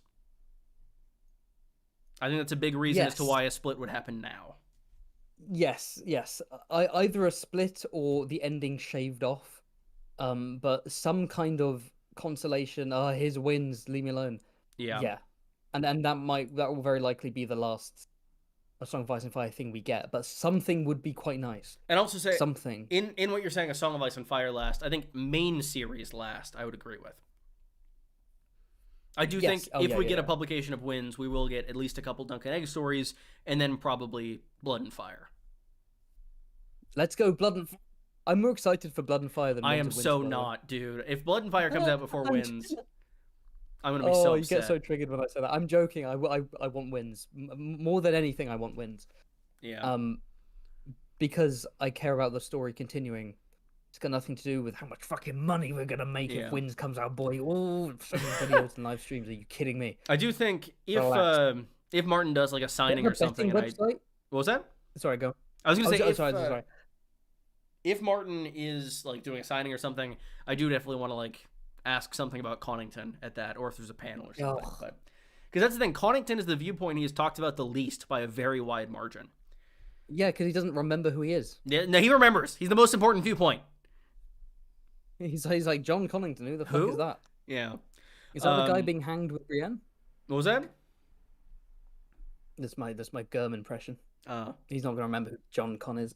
Wait a sec. Hold on. I was going to say something. Yes, there's a betting site somewhere that I checked yesterday. It has the odds of Winds coming out. Yes, the odds of Winds. Wait, did I say that? What? To you? You said that in your Discord, and I saw it there. I keep forgetting you're in my Patreon. I'm everywhere. Anyway, yeah, it's on 1%. Oh damn! So like, they're selling dollars for 1 cent. I'm just saying, put a tenner on that, and if Winds is announced at Comic-Con, that's £1,000. Is it for Winds being announced or coming out? Ooh, I'm not sure. Because that's a key distinction. Winds is not coming out this year. But if I've got my maths right, if you put 10k on that, that's £1 million. I don't know what a quid is, so I will assume you're correct. Pound sterling. Sure. People in the chat, someone in the chat is saying like Game of Thrones animated, A Song of Ice and Fire anime. All of that would be through HBO, and HBO is someone not asked there. George about this. Someone asked him about this at the Oxford Q&A I was at with my boys. Oh, yeah? Boomder and Cow, shout out. Yeah, someone asked him a question about anime, and he just, in honestly quite a sad and like tired tone, he was basically like, yeah, that's got nothing to do with me. Yeah. That would be HBO, and HBO probably won't. I would agree. I mean, I think there will be a Game of Thrones reboot in like 20 years. I mean, look what they're doing to Harry Potter.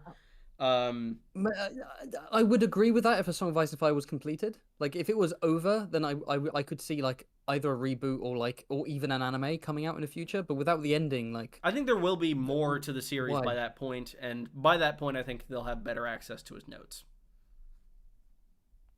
Just to let you know, one pound sterling is $1.37. Okay, thank you for my American ass. All right. Oh yeah. Oh, thank you to Pioneer 10. It says, I said that betting thing on the Patreon, so credit where credit is due. You could have put those $2 on wins That's true. and got back 200 quid. If it's announced, yes. Wins a Comic-Con announcement. S tier because it's happening. And I do not think it is happening, but Quinn it would be thinks cool. Wins is coming out, and if he's wrong, then he's basically lied to everyone, and you should unsubscribe. Exactly. Well, thank you very much for joining us today. This was great. We got to do this on your channel, man. We do. I wanted to do one tiny special thing. Yes, go ahead. One last thing. Just a little callback. And yes, we should do a part 2 of this on my channel. I wanted to do a callback to some old live streams we did, which we should do more of, which was using Alt-Shift-X theory generator. But we generated a theory and we had to basically argue the theory as if we genuinely believed it. That was so fun. We only did like a couple of those. That was back when our live streams were a lot less. I think they didn't flow as well. They're a bit more awkward, a bit more kind of early YouTuber. But I'm just thinking, shall I like randomize one and just yes, that one? absolutely. That's a fantastic idea. We're doing that. Or I could do one and you could do one or something like this. Okay. Okay, there's one that pops up before you click randomize. So should I do that one or should I click randomize? Okay. If this one is shit, I'll do the first one. Oh my god. Okay, well, this is the one that was randomized, so okay. Let me copy paste this one actually. Okay, Ashara Dane hooked up with Balon Greyjoy at the tourney of Harrenhal. True. Okay, so allow me to argue this one. So Ashara Dane was in fact at the tourney of Harrenhal. We know this because apparently she danced with Ned Stark, and she also may have had a fling with Brandon Stark potentially. And Barristan Selmy was a creep and watched her dance because he had a thing for her, and it's all very sad and romantic. Ignore the fact she's a teenager and he's in his 40s. Just ignore that. So she was, as you often have to do in this series. As you often have to do. That's a whole other discussion about. Anyway, so Balon Greyjoy. There's nothing to say he couldn't have been at Harrenhal, right? Just sail on over. It is to the Riverlands. It's not that far away. He could have gone over there. Obviously, they wouldn't be taking part because they believe in a drowned god. They have different faith, therefore they don't have knights. Knights belong to the faith of the Seven. They don't have consecrated knighthood, but they might attend just because it's a political event. Can I help you out a little bit? There. Say that again. Can I help you out a little bit? Let me cook. Okay. I'm literally. This is coming out word for word. I don't know what the next word that will leave my mouth is. I'm not even thinking right now. You can come in a bit later. Let me just try and make this. So Ashara could be at Ashara was at Harrenhal. Balon conceivably could be at Harrenhal. And in terms of them hooking up, well, Ashara was a very beautiful young woman, famously, and Balon Greyjoy was also beautiful. Was is a guy and wanted to hook up with her, and so there's no question why Balon would, because he's like, yo, give me that salt rock wife, but what salt wife, take hers for the taking. But what about Ashara? Why would Ashara go along with it? I don't know, maybe she just likes older men, but I think Balon probably got her pregnant, and then she gave birth, and then she killed herself because she was like, oh, I have an ironborn bastard, I don't want that. And Balon and Ashara Dane's ironborn Dornish bastard is not Jon Snow. Instead, it is Theon. Mira Reed. Oh. Boom. What I was going to add is that Harrenhal as a castle was initially constructed by an ironborn king, and that Balon could have come to pay respects to that.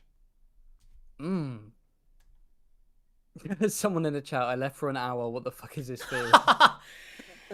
We are doing random theories to end off here, and While you put that in S tier, I'll do one myself. There we go. There we go. I really struggled to find a way for this because I think in our old live streams didn't we have the chat vote?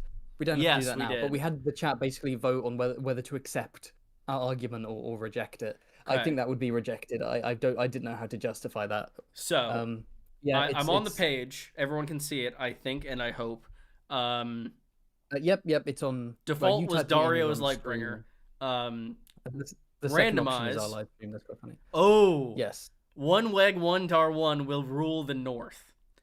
So we know that's just a fact, though. That is just a fact. 1-1 is in the North. He is currently at the Wall, and in the wake of Jon's death, there is a leadership vacuum. The wildlings have been brought in by this leader who has now died. The Night's Watch are a chicken with its head cut off, just running around.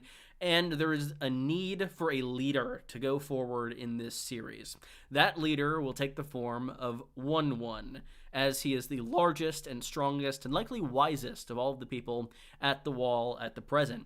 And part of the reason why Jon's arc in seasons 6, 7, and 8 fell so flat is because it was supposed to be 1-1, and they just didn't. They don't like the magical elements. We know that. They think that themes are for 6th grade book reports, and they just didn't want to deal with it. The greatness of 1-1, and 1-1 would have been a lot of extra CGI budget every episode, so it was just easier to bring this guy Jon, whoever he is, back from the dead, rather than having 1-1 be able to kind of have this campaign against the Boltons and ultimately be crowned King in the North in a way similar to Robb Stark, as that event is very much tied in with what is his name? The Great Jon, who's also a giant, and Umber is very important to that ceremony, as it is foreshadowing, sorry for the car behind me, for the giant who is going to be crowned King in the North as of the end of the Winds of Winter. Obviously. Fire. Absolutely fire. Or should I say ice? Both. Song of both, even, I would say. How do I even add to that one? I mean... It's perfect. I can see it happening. I could see it. Imagine it ends with Bran as King of the South ruling from Harrenhal and 1-1 as King of the North. It's like have you ever seen Arrested Development? I haven't, no, not yet. There's this guy who he can't move his legs, and he just has this other like much bigger guy named Dragon like carry him around everywhere. It could just be like that. Would you recommend that? I'm looking for some like funny breakup shows, basically. Arrested Development, the first 3 seasons are incredible. Awesome. Yeah, awesome. I've heard a load of good things about it. Wholeheartedly recommend to you and to all 400 other people. I kind of want to watch Curb Your Enthusiasm because I've heard so much about it. Curb is hilarious. But I kind of want to watch Seinfeld beforehand. Valid. But I also don't know if I care about watching Seinfeld. That's the thing. Both Seinfeld and Curb are not shows you need to watch like all of. It's like they're the perfect shows to like put any episode on, in my opinion. That's what I've generally done. I don't think I've seen all of Curb or all of Seinfeld, but both are excellent. Both that's true in terms of it like being something that's on TV, but in terms of like streaming services, binging through stuff. Yeah. Yeah. You know what I have been binging to help me get through? It's a guilty pleasure. Every time I bring this up to people, they either are like, "Oh, yeah, Love that's Island?" funny," or that's like, what I'm binging. I fucking hate the show. It's not Love Island. No, I'm not a savage like you. How do you even understand what any of them are saying? That's the only reason I can understand any British people. It's because Love Island, just like there are a billion terrible Love Island accents. has attuned you. Yeah, has exactly. attuned you to the 5,000 accents of the UK. Speaking of, next week on my channel, either Friday or Saturday. Oh, accent video. Accent videos coming out. Yeah. It's 20 minutes long. Dude. First video made by my awesome editor, so that'll be fun. I don't know what to name it. I was originally going to call it like Accents of Thrones or Game of Accents, but I kind of want to just say like every single accent in Game of Thrones explained, because that's kind of funny. Yeah, that is pretty good. Because I'm going through even the minor characters. If you want a section on why they should all be American, just let me know. There's a Scottish Ironborn Quinn. What? I had no idea until I started the research for the video. Yeah. God. There's a Russian accent. There's a Russian wildling. Styr, the Magna of the Fens. I always assumed he was Scandinavian because Torbjorn... Yeah, that was my thought too. I just said Torbjorn. I I mean, it looks similar. Book They look Tormund very looks similar. a little Torbjorn. But Tormund and Carsey and so on, and Lord of Bones have Scandinavian accents, right? And so I always assumed that Styr also did because he's like further north. But no, he's played by a Russian. He's just doing a Russian. What? That's awesome. Huh. Let's go. Yeah, really. Well, look forward to that. Yeah. Subscribe to Fantasy Haven. That'll be out for you probably next week, he said, or the following week. It'll be next week, and then just to do one more plug after that, we're going to be going beyond the Song of Ice and Fire. There's going to be my first ever Elder Scrolls video. Ooh, I need to play Elder Scrolls. We're going to do Elder Scrolls and Witcher, and of course we'll be diving back into Song of Ice and Fire constantly because it's fun. There's a lot to talk about. Excellent. And in terms of my own stuff, since I'm on Canva, I can just like flutter about and show you whatever. But next video is a little short rant I wrote, which is on screen now. I'm talking about characters and actors on Game of Thrones who I think are too good at their job and have damaged understanding of the book characters. So I'm talking about Tywin, I'm talking about Jorah, and I'm talking about one other character. Because I just had some thoughts on that and figured it'd be fun to rant on. And then yeah. That drawing of Tywin, that looks like Dishonored artwork. That looks like a Dishonored assassination target. It looks awesome. I do not have the person in front of me who drew it, but I'm excited. It's a shorter video, but it'll be fun. Oh shit! Sorry, I dropped something that I was fiddling with. And then after that, on probably next weekend, I have a video on Tyrion's role in the future of the story, which you can see the thumbnail of now. Let's go. But yep, So that'll be. You've stolen my long-held Tywin idea. Yeah. To do a video talking about when I first started YouTube, I had some pretentious video essay idea that was going to be called like the myth of the strong man or some bullshit. Yeah. Never got around to it. It's also it's insane, like the shit that D&D said about Tywin Lannister. Like they call him lawful neutral. That is not what Tywin I know. is. That is. It's not even what show Tywin is. No. Show Tywin is way less evil than book Tywin, and way more competent. But he's not lawful neutral. What the fuck? No, it's fucking insane. But it's fun, and also there is definitely still room for your full Tywin video because it's a shorter segment. But yeah. What is he? What is Tywin? Tywin is chaotic evil. On chaotic evil. Is he chaotic? I mean, I'd say neutral evil. Neutral evil. Yes. I feel like people want to say lawful when someone is ruthless and competent and in power, but like he's not very lawful. No, not at all. To be honest. Yeah, I think neutral evil. People in the chat are like saying, "Is that true? Lawful neutral?" That is true. I have a screenshot of it on my phone. It will be in the video.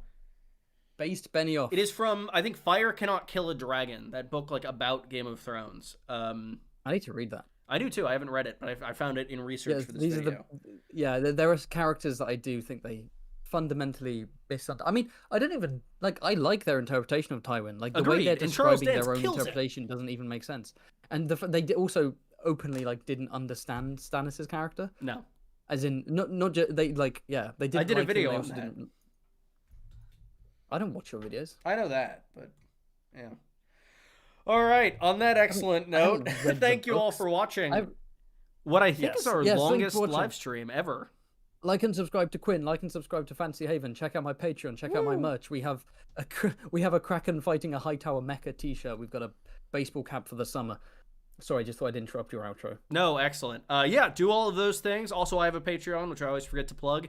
Thank you all again very much for watching, and we'll be back with more theories and streams in the near future. I assume the next one on his channel, so keep an eye out for that. And thank you again for watching. This was great. Bye, Goodbye, everyone. Jinx. Bye. Bye. We are clear. Yay.